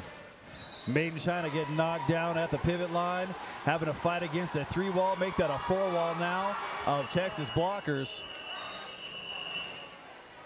Oh, a cut track is going to be assessed to one of the API Fury blockers, and that's going to put their contingency down. Velocity Raptor out of the pack as your lead jammer. Texas has been lead for everyone but one jam in this first half. That's a quick pass, came in very strong, knocked everybody out of their position, and picked up 4 easy points. And it's something that a lot of people need to coach more, is coming in with that kind of intensity and heat. You see people when there's a strong wall set up in front of you, they slow down. If you don't have your speed with you, you are going to get stuck behind that wall very easily. If you come in there and hit it hard and knock people apart, you're going to find a hole to be able to run through. Well, momentum plays such a role in it too. If you stop, you have to start fresh. All that speed you've built up, you've lost it. It's easier to get skaters that are moving. That's why a lot of times we do that, where we coach, slow down, stop skating forward, stop what you're doing and block that jammer, because it takes all of that inertia that they have and locks them down. 12-point jam for Texas. It's almost becoming routine for them for double-digit scores this early on, 85-17, 12 minutes to go in period number 1. Oh, nice little hit out. Jammer has to go back and restart.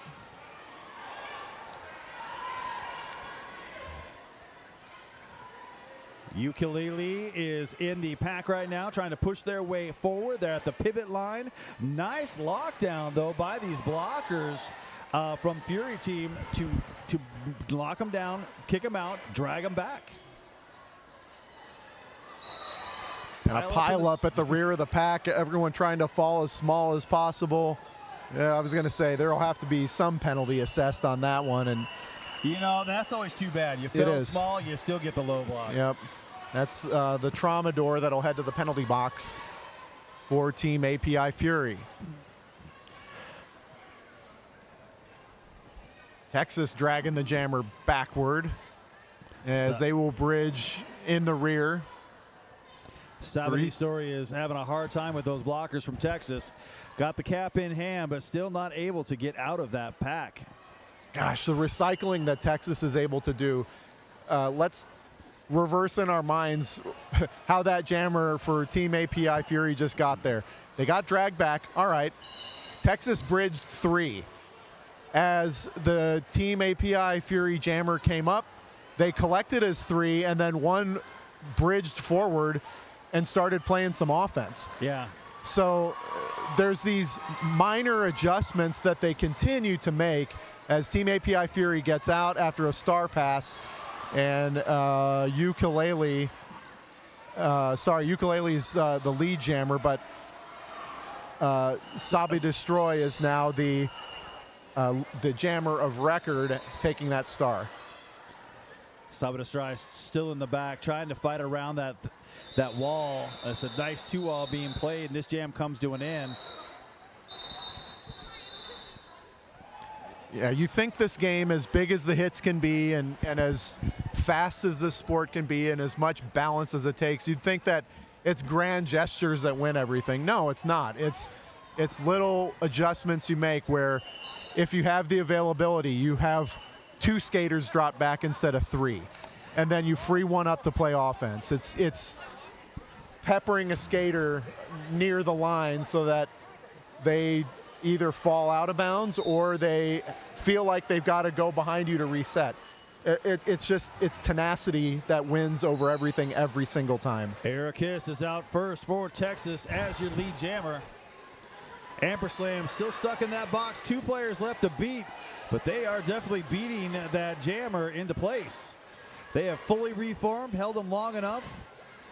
Man, Amperslam is a hell of a jammer. Finally finds a hole and pushes their way to freedom on their initial pass. And Ericus is out with 4 more points. Ericus has been unbelievably reliable so far.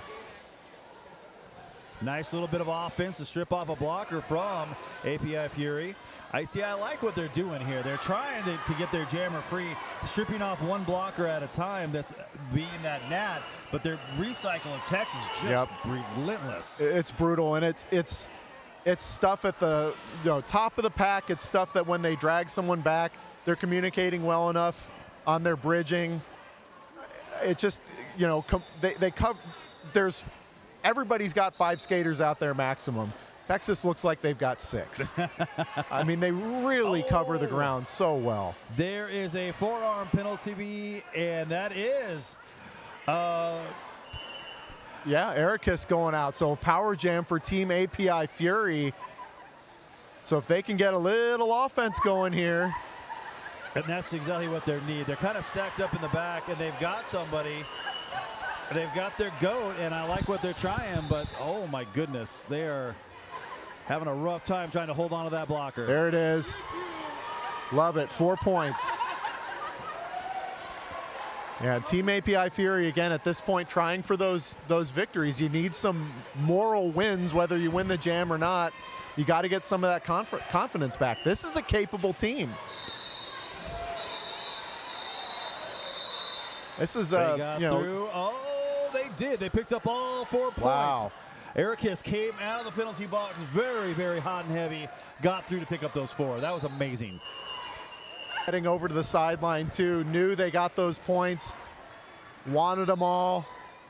Metallica Breath picked up a multiplayer block at the very end of that. They're going to head to Violet Spicy Designs penalty box to serve the next 30 seconds of their life at the beginning of the jam. Outstanding fight by Team API Fury on that one. 7 points. They had the power jam, but they were also down. Right when that power jam hit, they were down in the score on that particular jam, and they maintained their cool and, kind of cooled off Texas enough to free their jammers for some points. 7 points on that one. That's to be commended. Well, in just under 7 minutes, we've got ourselves a timeout. Looks like we're just having a chat about what we're going to do next, what we're going to do at halftime, what we're going to do after the game. It's a good question. I mean, what are we going to do? We're going to call another game. Yeah.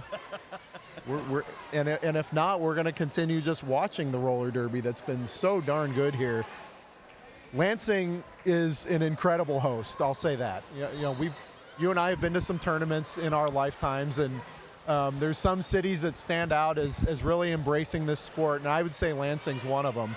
Oh, absolutely. Michigan as a whole is really wonderful. Kalamazoo is a great city to play roller derby. They have great facilities, and since there's such a skating presence here, I feel like maybe that's what bleeds over. I don't know. I don't know what's the secret ingredient in Michigan, but Detroit has great venues and has a great history of hosting. You know what I think it is? I think it's because it's so dang cold here that we have lots of indoor facilities. Is that right? That's what I think. There you go. Straight from a present-day Michigander. Yeah. Yep. When I moved here, I was not ready for 4 to 5 months of snow. Was not ready. I was like, when is it going to melt? It was April. Yep. No, it's not done yet, brother man.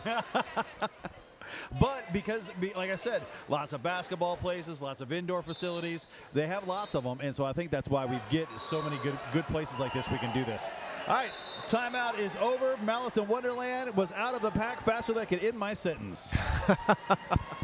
Texas doing what Texas do, 105 to 26 they lead. But Team API Fury has gotten their jammer out. Dim Sum Damage on their way around in scoring position. Looks like they've already passed a couple hips. So we've got points on the board for API Fury. There's that forward momentum from Dim Sum Fury that we were talking about, or Dim Sum Damage, excuse me, that we were talking about for API Fury of, all right, you're hit. Now what? Do you stop? Or do you absorb the hit and use it to gain your momentum back or to flick yourself in a different direction? That really showed tremendous capability by Dim Sum Damage to take reasonably big hits in a reasonably crowded space and continue to press forward. Velocity Raptor bouncing up the inside, tries the outside, finds a hole on the outside, and gets through to be your lead jammer. That was machine-like. I mean, not just from the jammer, but from the holes the jammer was given. Texas is just a couple of steps ahead of a lot of teams. Oh, yeah. Well, they have a lot of derby knowledge on that team. They do. 4 more points being picked up by Velocity Raptor to get out of that pack. Took a hit on the way out, was able to maintain, and got out. We've got a star pass. Nikki Cash is your jammer. They dropped the cap, went back, had to pick it up.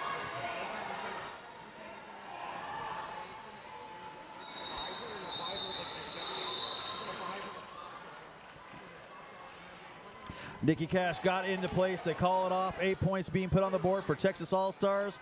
Goose egg up there for Team API Fury. Team API Fury is a great story, too, of representation in this world, and it's one of the different names for it. You call them borderless teams. I've heard the term recently collective team, which I really like. But it represents more than just, you know, there's some pickup teams out there, too. Yeah. These represent teams like Team API Fury really represent culture, and they really represent representation, and they give people space that people that live like them, grew up like them, look like them, it gives you this just a whole different outlook on your game. It gives you a lot of you can grow off of. Right. It gives you a lot of confidence as a skater, I would imagine. It's just the development of these teams for this sport in the last few years has been one of my favorite parts of Derby, to be honest, is just how this sport has evolved. And lead jam for Team API Fury, but just how it's involved. And every sport could do better in inclusiveness and in safer spaces. And this is just yet one more step toward that in the positive for roller derby. I completely 100% agree with that. Made in China actually having a great time out there. Just picked up 4 points on that pass. Still got 47 seconds as lead to continue scoring. Oh, my goodness, but came into that wall. Ended up on the deck in turn 3. Texas is finally starting to look toward a pass. They ended up stashing it to get out. That was Ukulele. Great defense by API Fury. I mean, maybe their best defensive jam of this bout. Because Ukulele is no one to trifle with. I think Texas has a lot of people that fit that category. They do.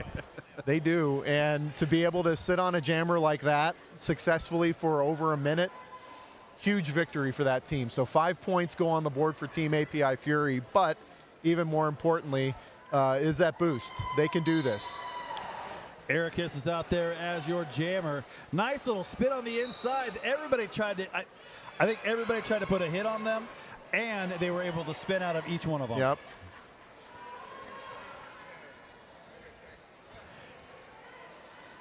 Looking for the cap pass. Sub and Destroy is locked in at the top of that apex. Ericus came through. Once again, did a little hop and a twist to get through, picking up 4 points. So this gap is nearly as wide as it's been in this bout. 123 to 35. More points coming for Texas. 4 more to be precise. So this one's now stretched to 127 to 35. This is the largest lead for either team. Texas is led wire to wire too, by the way. 1 minute and 20 remaining in period number 1. Well, we were barely saying our salutations and hellos, and they already had lead jam out there. Yep. Yeah, I mean that's the power, the magic, the wonder, whatever of Texas. I mean they strike quick. In this tournament especially, early leads are huge. They're not guarantees, but historically, and I mean this is the 3rd year of this tournament in its current incarnation, and you know, the teams that strike first generally seem to be the ones that win. Velocity Raptor is out, already on a scoring pass, already has 4 points in the air, and going for more. Texas trying to expand that lead to a century, and they will with that 4-point pass.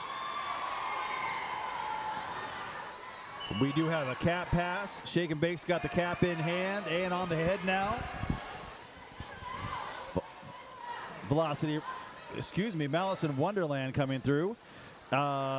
Bounces on toe stops, took the whole wall with them, found the opening on the inside, and ran to freedom. With star passes, a lot of times there's kind of this like point of diminishing return where if you've taken it off, you haven't passed it yet, then the whole defense knows you're stashing it, so they're on you. At that point, your pivot's got to now get out of position, presumably, to come back, so they've got a spot on their back. So it's really, star passes are kind of, in a way, a lot of times it's almost quick or nothing. Exactly. Once you take that thing off, everybody starts looking for your pivot, and they want to keep you separated. Or they want to envelop your pivot and make everyone's life hell. Nice little turnaround here. Texas is just going to keep squeezing all the clock out. The period clock has already ended. They're going to go all the way through this jam clock. They're leading by 104 at this point. Shake and Bake is up against, I believe that's Peace War. It sure is Peace War. Taking them out of bounds on the inside line. And one thing I do love to see is that Team API's Fury's bench is really supportive of each other. Absolutely. Down by 100+ points against one of the better teams you're ever going to face. And you see hands go up in the air after that jam ends. Yeah. You see people. Celebration. Yeah. You see some slaps on the back. You see a lot of positivity in a game you're down by that much. I love that. I love that about this tournament. There's just a vibe at Skate Wars that you don't see at many other places. It's, I'll take it one step further. It's a sport in general. Roller derby. True that. Yeah. Yep. Roller derby is really had a lot of that. Most of the time, especially in cases of blowouts, people don't get down on themselves. And, a blowout's never fun if you're experiencing it. But a lot of times your teammates are slapping hands and talking about what we could do better and let's try this for this next jam. And there's always evolution to your game. Yep. So that's what I love about roller derby. 139 to 35, the score at halftime. Texas leads Team API Fury. We'll be back in about 10 minutes. Here live from Lansing, this is Skate Wars 2025.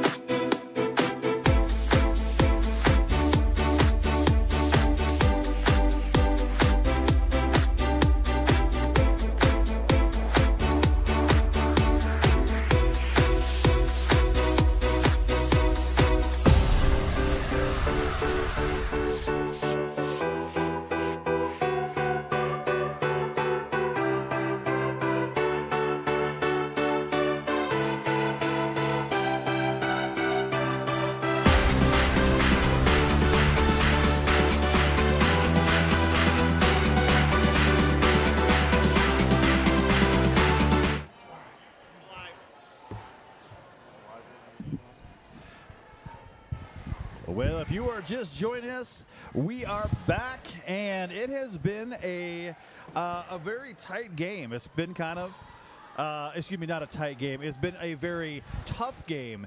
Texas has come in here, and they do what Texas does. API Fury, they played first thing this morning, and this is their second game of the day. And Texas has been very successful at getting lead and controlling the points in this game. As you can see from the score, we got a score 139-35.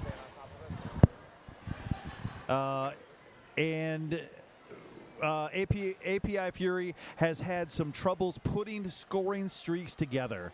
Right now, API Fury has been okay with their penalties, although they have one person who's sitting on 4, and that is 209 Bonita Bandera. Texas, on the other hand, they've been very, very clean. They've been able to stay out of the penalty box for the most case. Most of their skaters are either penalty-less or have one penalty. Yeah, and this jam right here, how this second half starts, is exactly how the first half started. I was mid-sentence and the jammer already had lead. Right.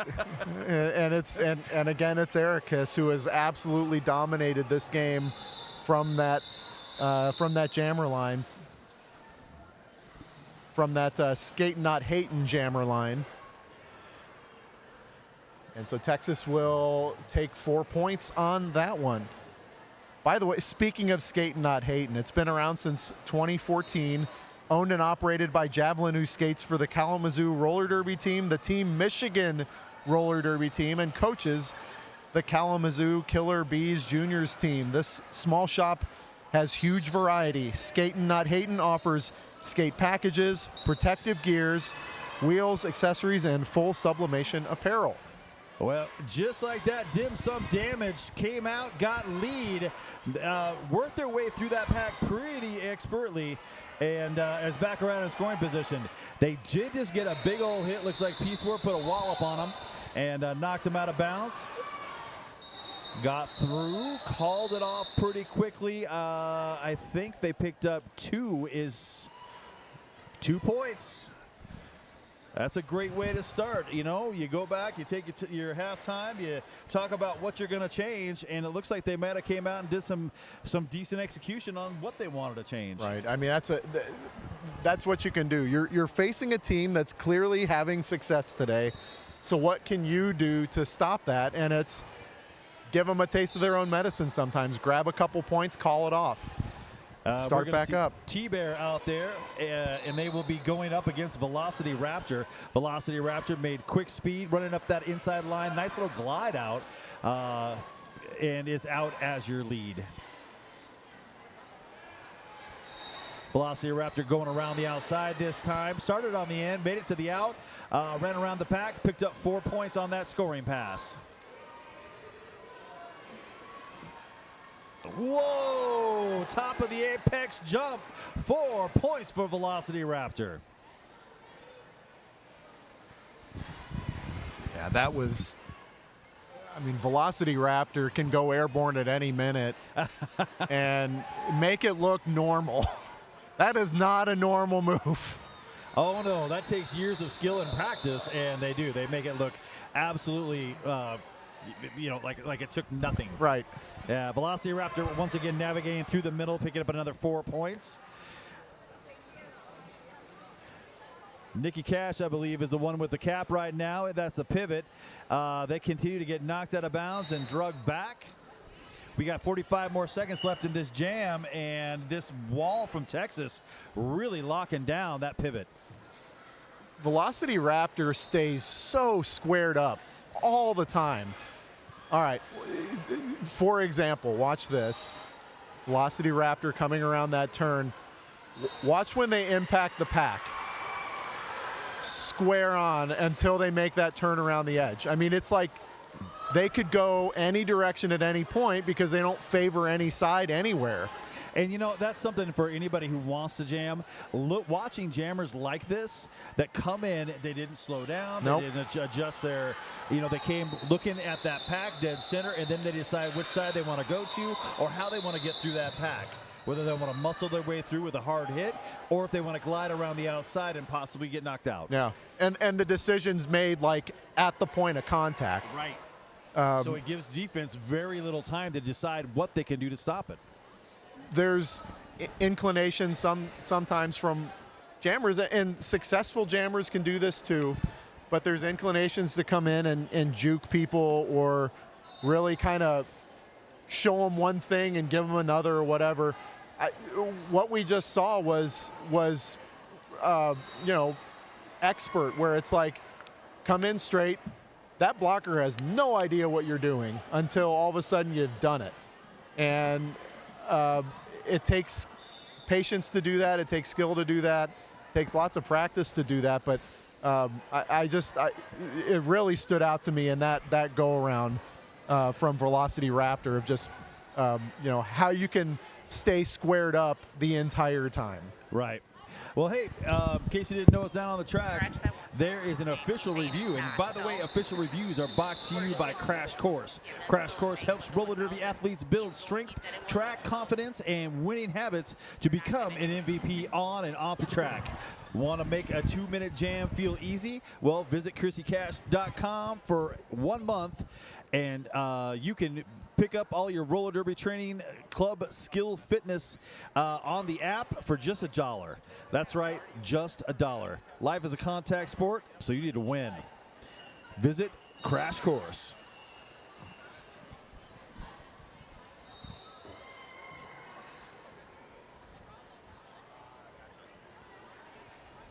Back in Lansing, that's the King. I'm Danny Mack. We're grateful you're joining us here all weekend long, presumably. I mean, I feel like if you're listening to us now, you probably skipped some work today. Or you're at work with one of your computer monitors up watching Derby. All of which we support. Yeah, I mean, it's not like I've ever done it. Tell them King told you it was okay. Yeah, you can say that. Literally take this recording right now. Say, by the way, boss, King says it's okay. By the way, I'm the King. I endorse this. They're going to watch it. We're good. It plans a Swiss watch. Like, what could go wrong? It's too easy.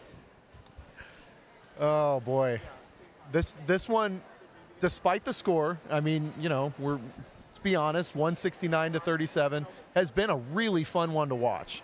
And Team API, a team that doesn't have tons of experience together under their belts, but they're really bringing it together against a team that's laying it on them right now. And they are playing good. I mean, they've put together some good plays. Texas just really well orchestrated. Once that other opposing jammer gets out, getting their jammer out or getting that star pass out. Yeah. Stop the bleeding immediately. So when you do get out as lead, you're only getting a couple points before that other jammer's breathing down your neck again. Texas with lead jam just like that. They made it around 2 turns and then turned on the afterburners. Ukulele once again. Nikki Cash going for Team API Fury and has already stashed the star. Ukulele up front, rolling into corner number 4. Offense coming. Looks like Jackie Daniels was the one up there playing offense. Okay. Here's a power jam. This track cut was called what I think is before the pass. So that star is going back to the penalty box. Any points that would have been, it wasn't a scoring point pass yet. Interesting.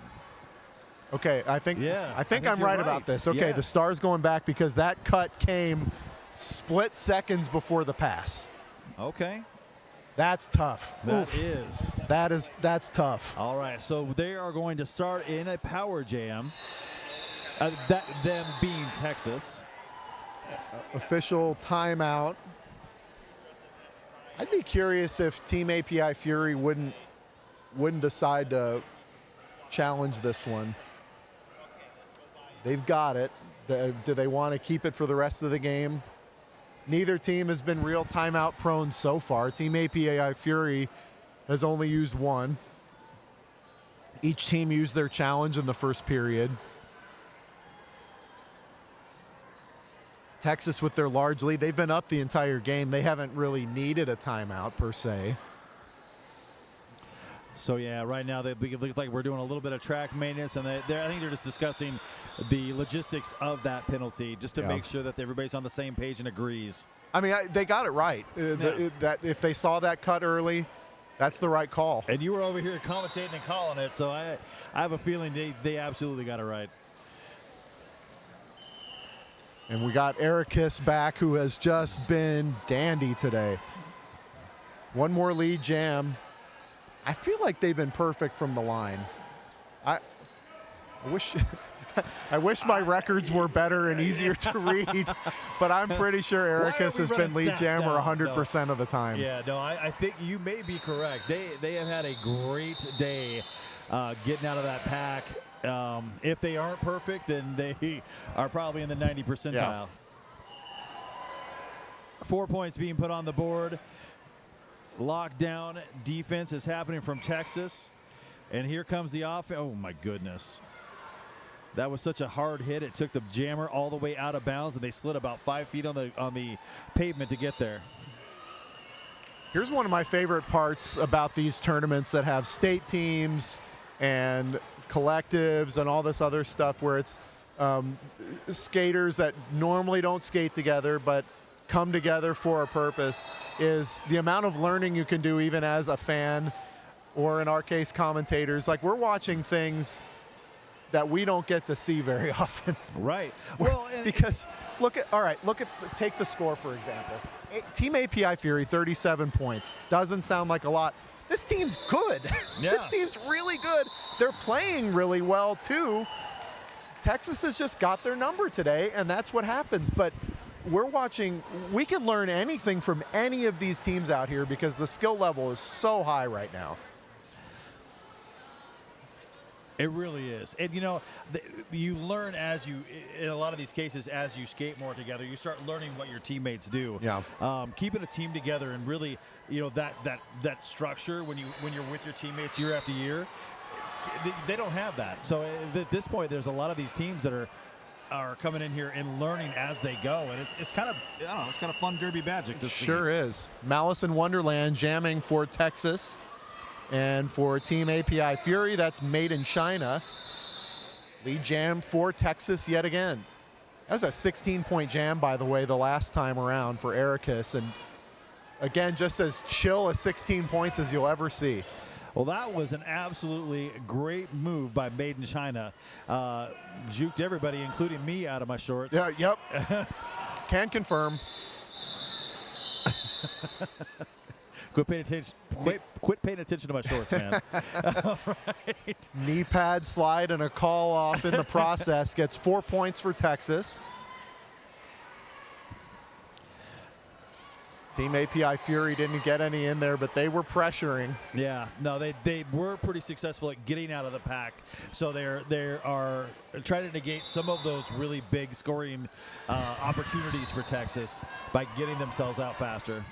Looks like we're going to have another official timeout. They're talking. They want to chat over on the side with the scoring table. And we'll take this opportunity to set the rosters that are out there. They may swap before they go in. But right now for Team API Fury, you got Godzilla Rex. You have Nikki Cash, Amper Slam, Tranquilizer, and Prim Reaper, with Amper Slam will take the star. You know, I'd like to give a big shout out to Don't Let Them Eat the Baby. Erica Van Stone's debut Memoriella. Don't Let Them Eat the Baby tells the story of how women's sports, the women's sport of roller derby, is televised a revolution. Van Stone weaves personal narratives and cultural journalism, bringing in many voices to make their case for women's sports as a community lifeline and cultural treasure. Don't Let Them Eat the Baby is told in a raw, unrelenting style by one of roller derby's architects. Now more than ever, the world needs a safer sport spaces like roller derby, a sport steeped with authenticity and belonging. You can learn more about Don't Let Them Eat the Baby and ways to support this in a Kickstart, so please check it out. Texas will set their lineup as they take off. Velocity Raptor is the jammer. Speedo the pivot. Velocity Raptor has taken lead jam, and then blockers out there include the great Jackie Daniels, Jade, and Ace. Velocity Raptor came in very hot, got knocked out of bounds on that inside line. Wow, Jackie. They're doing a great job really slowing down Velocity Raptor. Top of the apex, locking them in. Jackie Daniels, a Texas great, also a Michigan great. I was going to say started in Grand Rapids. Also a Chicago great. Grand Raggedy original.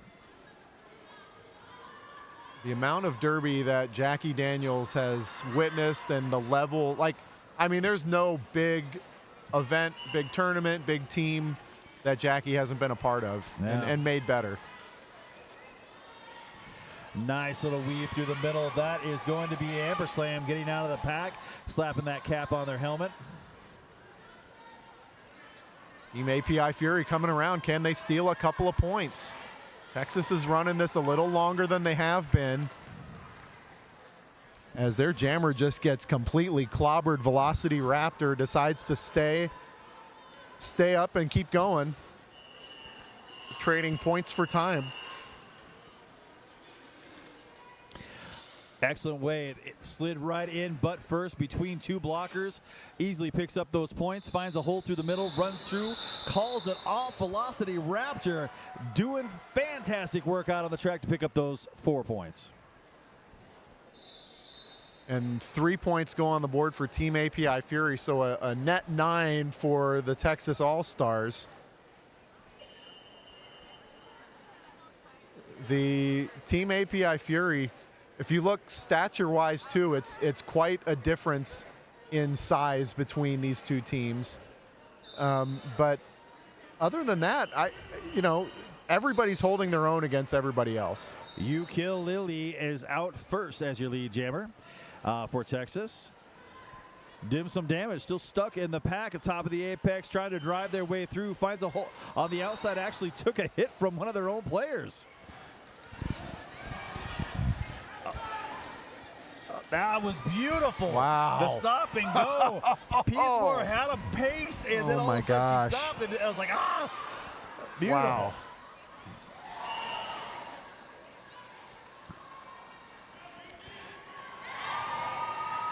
Yeah, this is one of those jams where I almost just want to like shut up and watch. Yeah, Dim some damage. Dim was able to get through, found a nice hole, ducked, and was able to just whoop all the way through. The whoop is a technical term. It is a technical term. Right. And then they were on the other side to pick up those 4 points. Man, I'm just, what got me in that jam was just the speed by which Texas recycles and knows when to go. I mean, you can't, you can train that to some degree, but there's like this ingrained nature to what Texas does on the track, where, a skater's got to be in a space. That space is, let's say, 20 feet forward. How quick can you get there, and how quick can you start? And Texas is like 3 steps ahead of anybody in that category right now. Well, there's a nice little hit out, and they're going to drag back Sub Destroy. Oh, Ericus found an opening on the inside line. What a beautiful move with that little flip around on one skate. So impressive. Love it. The balance, the speed, the timing, had it all. Ericus is out again, picking up another 4 points on that pass. On their back away around into a scoring position. Great round of applause from the Team API Fury bench as they'll get 4 points up. So, yep, 4 points being put up on the board for API Fury. Texas All-Stars putting up 8. They've got to score 218 to 48. 17 minutes left in this game. Big hand for Saba Destroy out there for that effort. Grabbing 4 points, but really putting on a show. I mean, that was straight acrobatics. 218 rather, Texas All-Stars leading Team API Fury, who has 48. 16 minutes and change to go. Maiden China is your jammer out there for API Fury. She's got 2 blockers left to beat. And, oh, I thought they were going to get through, but you know who got through was Malice in Wonderland on the outside line.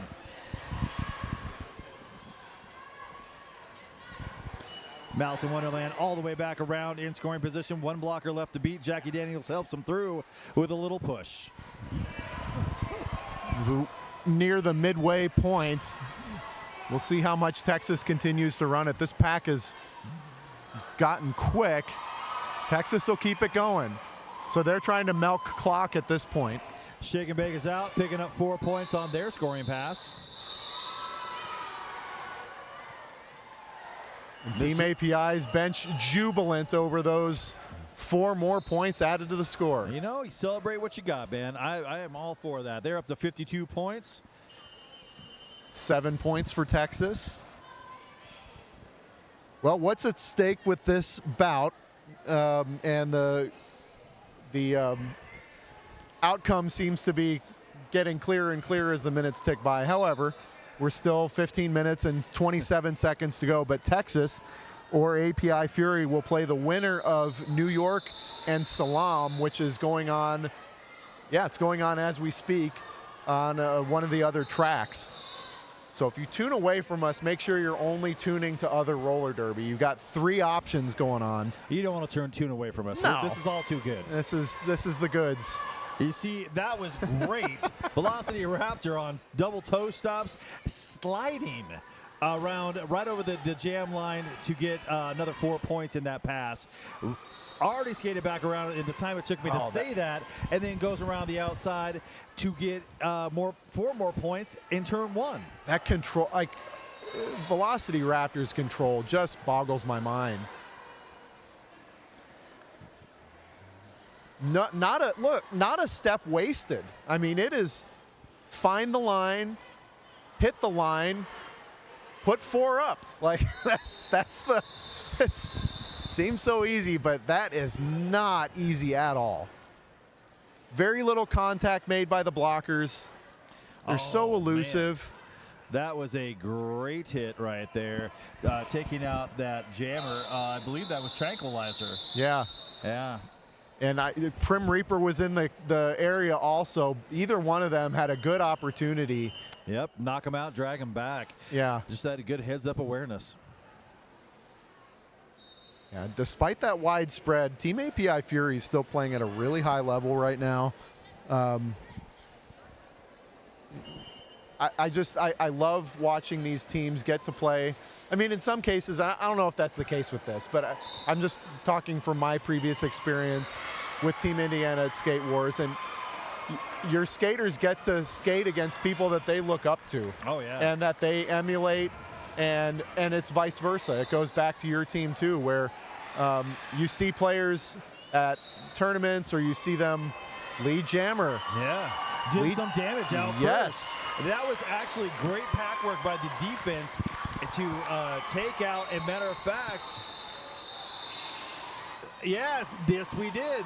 I believe there was a cut track, and that is going to put the Texas Jammer in the penalty box. Dim some damage right now in a power jam. And Texas's jammer Ukulele is going to stash the star to start, presumably. They don't have it on their head right now. But here comes Dim Sum Damage trying to get into the double-digit territory. Dim Sum Damage going around the outside. Yes! Oh, I thought she nailed it. I did too. Just ran out of track on the right side. Yes. Bugozi with a great hit on the jammer. Actually went back and caught them and glided them up into the wall.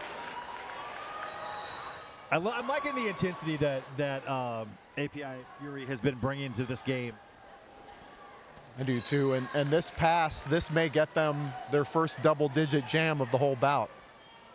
Looking over to the bench, they say keep it going. Keep it going, they want to clear the box. All right. Smart move. Clear the box, but also, I mean, you're cooking right now, baby. Yeah. Pandemonium Doll is your jammer, so they pass the cap. But why not? you've got the momentum. You've got the skater on the track. Yeah, they're going to go ahead and call it. Their blocker's standing in the box. They're only going to be without that person for a hot second. Yeah. The box is right next to where you're going to start. They're holding up one finger, so literal one hot second. It was a good call off to hold them scoreless on that.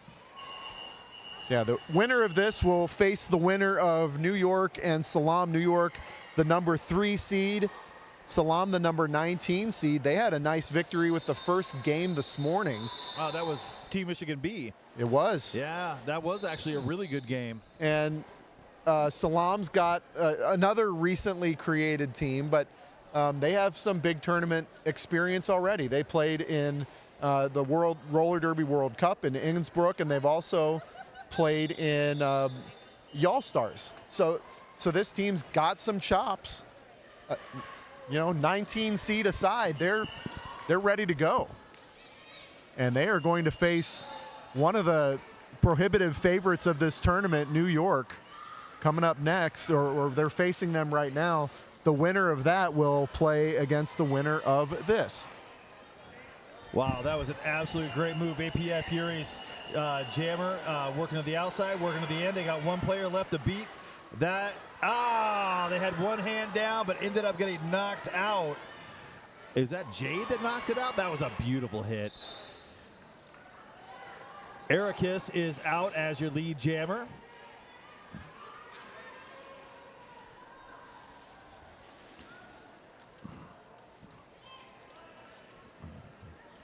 Another great hit, Nikki Cash taking out Ericus.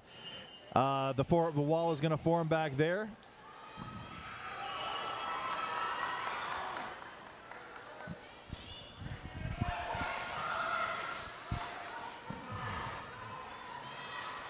Oh, great offense to bust up that wall that was holding Ericus on the outside. That was a great hit, and I think, you know what I think that was? It's the concrete, the nice little slippery. They had a great hit. They were trying to maintain, and they just, their wheels came out from underneath of them. Wow. Yeah, I think that was Ace that really put that hit on the outside to bust that log jam loose. Yeah. Prim Reaper was having some really good defense in there, holding on, but, unfortunately, score keeps getting racked up. We are at 253 to 67. We have had a nice little run, though, from API Fury in this second half. They're putting together some nice stuff. I think they're just starting to get some momentum finally in their area. Every bout you play, you learn, and sometimes even the ones that are blowouts, you learn a lot from. They have not lost an ounce of their intensity throughout this whole thing. I mean, they're down by almost 200 points, and it looks like the bout just started. So, big credit to a team that's, two really great teams going toe-to-toe today. Malice in Wonderland is out as your lead jammer for Texas. Wow. Maiden China getting dumped on the outside in turn 2.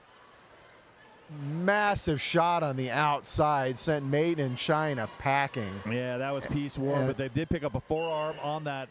Wow. And that was because of the penalty. The jammer was able to re-enter the track and keep going. Wow. What a lick. In the meantime, Texas continues to roll with Malice in Wonderland.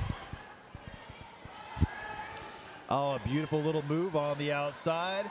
That almost looked too easy. Maiden China got through, picking up those 4 points. I say that as they're panting and just getting slow to come back around, regaining their energy.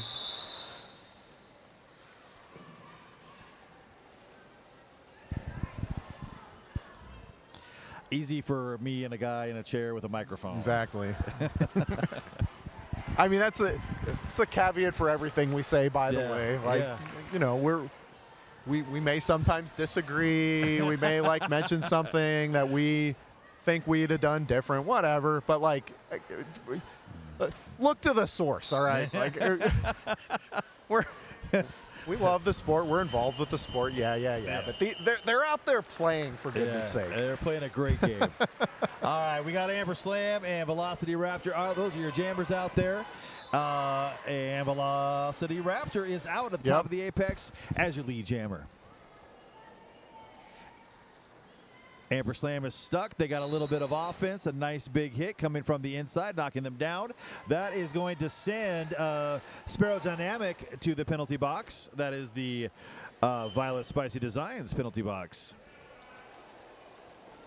I feel like if stats were kept of like contact stats for jammers, like how often they're hit while they're playing, I would think that Velocity Raptor is somewhere on the lowest end of that contact spectrum where you do not see them get hit. They if there's ever contact, it's kind of that, I mean, there's a big hit right there, but that is so uncommon because they can just slip before they even get, before contact's even made. Yeah.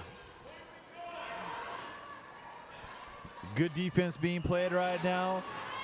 Finally by Texas, and finally the pivot took the cap and was able to get through. No points being scored, of course, for APY Fury. Texas putting up 8, make that 10. There it is. Make that 10, bringing their total to 273. So they have now taken a 202-point lead, obviously the largest of this bout. Texas is led from start to finish. They started this one off 4-0 and have not looked back.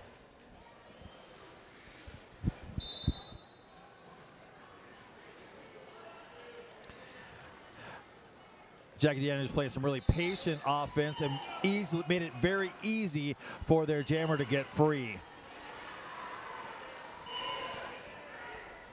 Looking ahead to some of the upcoming bouts at fourth. Oh, this is, sorry, I'm looking at Saturdays. The Friday, a lot of Friday action still remains. We have at 6:30, you'll have something on track 2. 7:45. So like we're not done yet, man. Like there's there's it's so early in the day. Plenty of roller derby to go. That's another beauty part of this tournament. Ukulele getting through on another scoring pass for Texas, picking up another 4 points. Teeny Meanie is stuck in that pack right now, struggling to get out and free. Cap has been passed. Pivot now has it.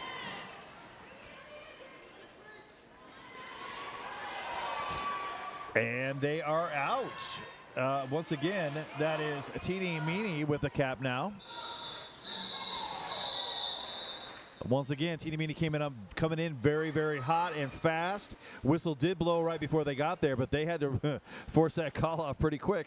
Otherwise, there would have been some more points scored for APY Fury. I want to thank Gillespie Group. They specialize in management, development, and reimagination of residential and commercial real estate properties. They're credit quality people, a relentless creative spirit, and a passion for reinvention in their ability to leave a lasting impression on the Michigan landscape. That's the Gillespie Group. 4 minutes and 17 seconds remain in this one. Texas, massive lead, but a lead jam from Team API Fury. You were asking when Americus didn't get out lead. We're seeing it. Aha. Sabai Destroy is working on the inside part of the track. Oh, I take that back. That's dim sum damage. Yep. 5 versus 55. Okay. Yep. Ericus does get out on their initial pass, puts Cap back on head. So dim sum damage, the Team API Fury jammer got in a real defensive position toward the end, eyeballing where the opponent jammer was and calling it off after grabbing 3. So a jam victory for the Team Fury, Team API Fury.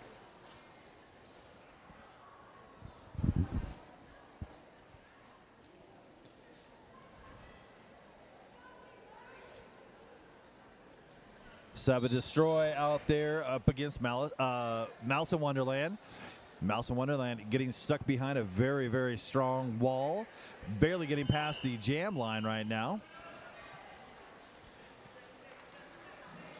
Mouse in Wonderland getting taken out in turn 1 and drag back. Seven Destroy right now behind a whole pack of folks trying to get out in turn one.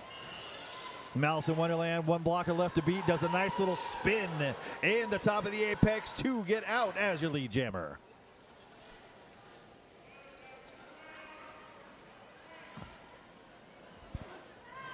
Next bout on this track is a darn good one, and one that I'm going to stick around and watch. It's relative newcomer, Missouri Roller Derby, and then they're facing Team Kansas, so it's a border war going on between those two state teams. That ought to be a good one. Yeah, that starts at 4:45 Eastern right here on this track. Wait a minute, I saw that wrong. Sorry, they're on track 2. So if you want to see that one at 4:45, that's track 2. Texas Jammer sitting in the penalty box, cooling their wheels. That is the Violet Spicy Designs penalty box. We do have a cat pass, and that is going to be Shake and Bake, who just eked their way out of the track between turns 3 and 4.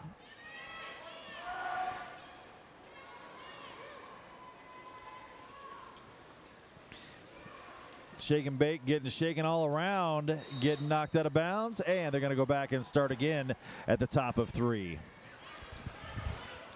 A minute and change remaining on the period clock. That jam clock is just about to expire. So at any point, if they're lead jammer, they can call it off, and this one would be over. But a back block called on the Texas Jammer. Oh no, that's also going to give API. Is that what I saw? Yeah. Yes, you did. It's a back block call. I almost think it was something different, but I think there was a penalty. Sure. Sure.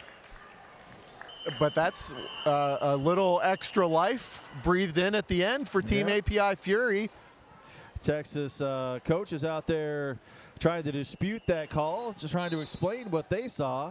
And I think at this point, you're 289 to 78 up. You know, let's play some derby. And lead jammer declared for Team API Fury. Knockies. Friendly fire as the jammer falls back down. Made in China. Made in China's got, well, having a hard time with a lot of teammates getting shoved around her. Yeah, that's some of the problems with just that they're getting locked in and locked down. Here comes the jammer out of the box. Made in China can call this at any point. Yeah. Texas is not on a scoring pass yet, however. So presumably they're going to squeeze as many points out as they can. Texas gets through. That's a different story. Made in China. That actually was a really good move. She pushed everybody to the middle of the track and a little bit into 3 and 4, and did a spin to the inside to get free. That was really good logistics by her part to get out of that pack. Misdirection's huge. And if you can use it well, it's, I mean, that will spring you Cadillac-size holes. It looks like that will be it. At least a point on the board, maybe 2 for Team API Fury. Well, if no other points get thrown up there, we've got to score 289 to 78. It was actually a pretty good game. We got to see a lot of good action. Sure did. Texas did what Texas does, though, and they came out with a very, very strong game plan and executed. They did, and Team API Fury, we saw a lot of promise out of this team, a lot of athleticism, and playing all the way to the end. This team is solid, maybe a few more bouts under their belt. They're going to get up into that mid-echelon, and the amount of collectives that are out there, the amount of state teams that are out there, we're really starting to see competition all throughout. When these state teams sparked up a few years ago, it was more like, all right, you have the Texases, you have Pennsylvania, you have Florida, and then came Team Black Diaspora and really came onto the scene hard, pushing the level of play higher. And then you've seen some other teams rise to the challenge. Michigan's always been right around. right around that territory. And we saw last year them really break out. We saw 2 years ago in Mitten Kitten, when they had that little bit of Skate Wars added to it, showed up in their own tournament and won the darn thing. So it's like you now have, it's not just a couple horse race. This is really you've got 24 teams in this, and you could almost every time say that anybody can win at the start of a game. Well, I'm going to go ahead and say for Team Texas, our MVP is Velociraptor. Played an absolutely great game, put up a lot of points, continue to be effective regardless of the defense adjustments that they gave to them. Velociraptor, that's our MVP for this game. Yeah, I agree with that. It wasn't, I mean, it was kind of a difficult choice, to be honest, but Velociraptor was so in control of this one. I mean, a lot of credit to really all the other jammers as well for Texas. But even the blockers did great. But, I mean, there was times we talked about Jackie Daniels and the multiple people she would play, hit on offense, immediately turn around and play defense. Peace War was huge. But Velociraptor was just consistent, consistently scoring, consistently on top of things, and always playing at the highest speed possible for them. Team API Fury had a lot of standouts as well. Dim Sum Damage was fantastic today. And Saba Destroy was also really darn good from the jammer position. Bonita Bandera, also another one that I thought felt really good. That Skatin' Not Hatin' jammer line was really on fire today. I mean, it was a jammer's game. Like, this was one of those where the defense was really solid, but honestly, a lot of credit goes to jammer moves and them really keeping everything in control. Yeah. All right. Well, hey, don't go anywhere. We've got all kinds of great derby coming up. Look through your schedule. Make sure you're tuning in, and don't miss a single game because there's only 3 tracks of them. You know you got something out there you want to see. All right. I'm the King. I'm going to be back on another game here in about 45 minutes. So, Danny Mac, what else you got? I want to say goodbye. I want to go watch some derby, baby. Let's go watch some derby. You guys have a great time, and I'll see you in a few. Thanks for joining us in Lansing.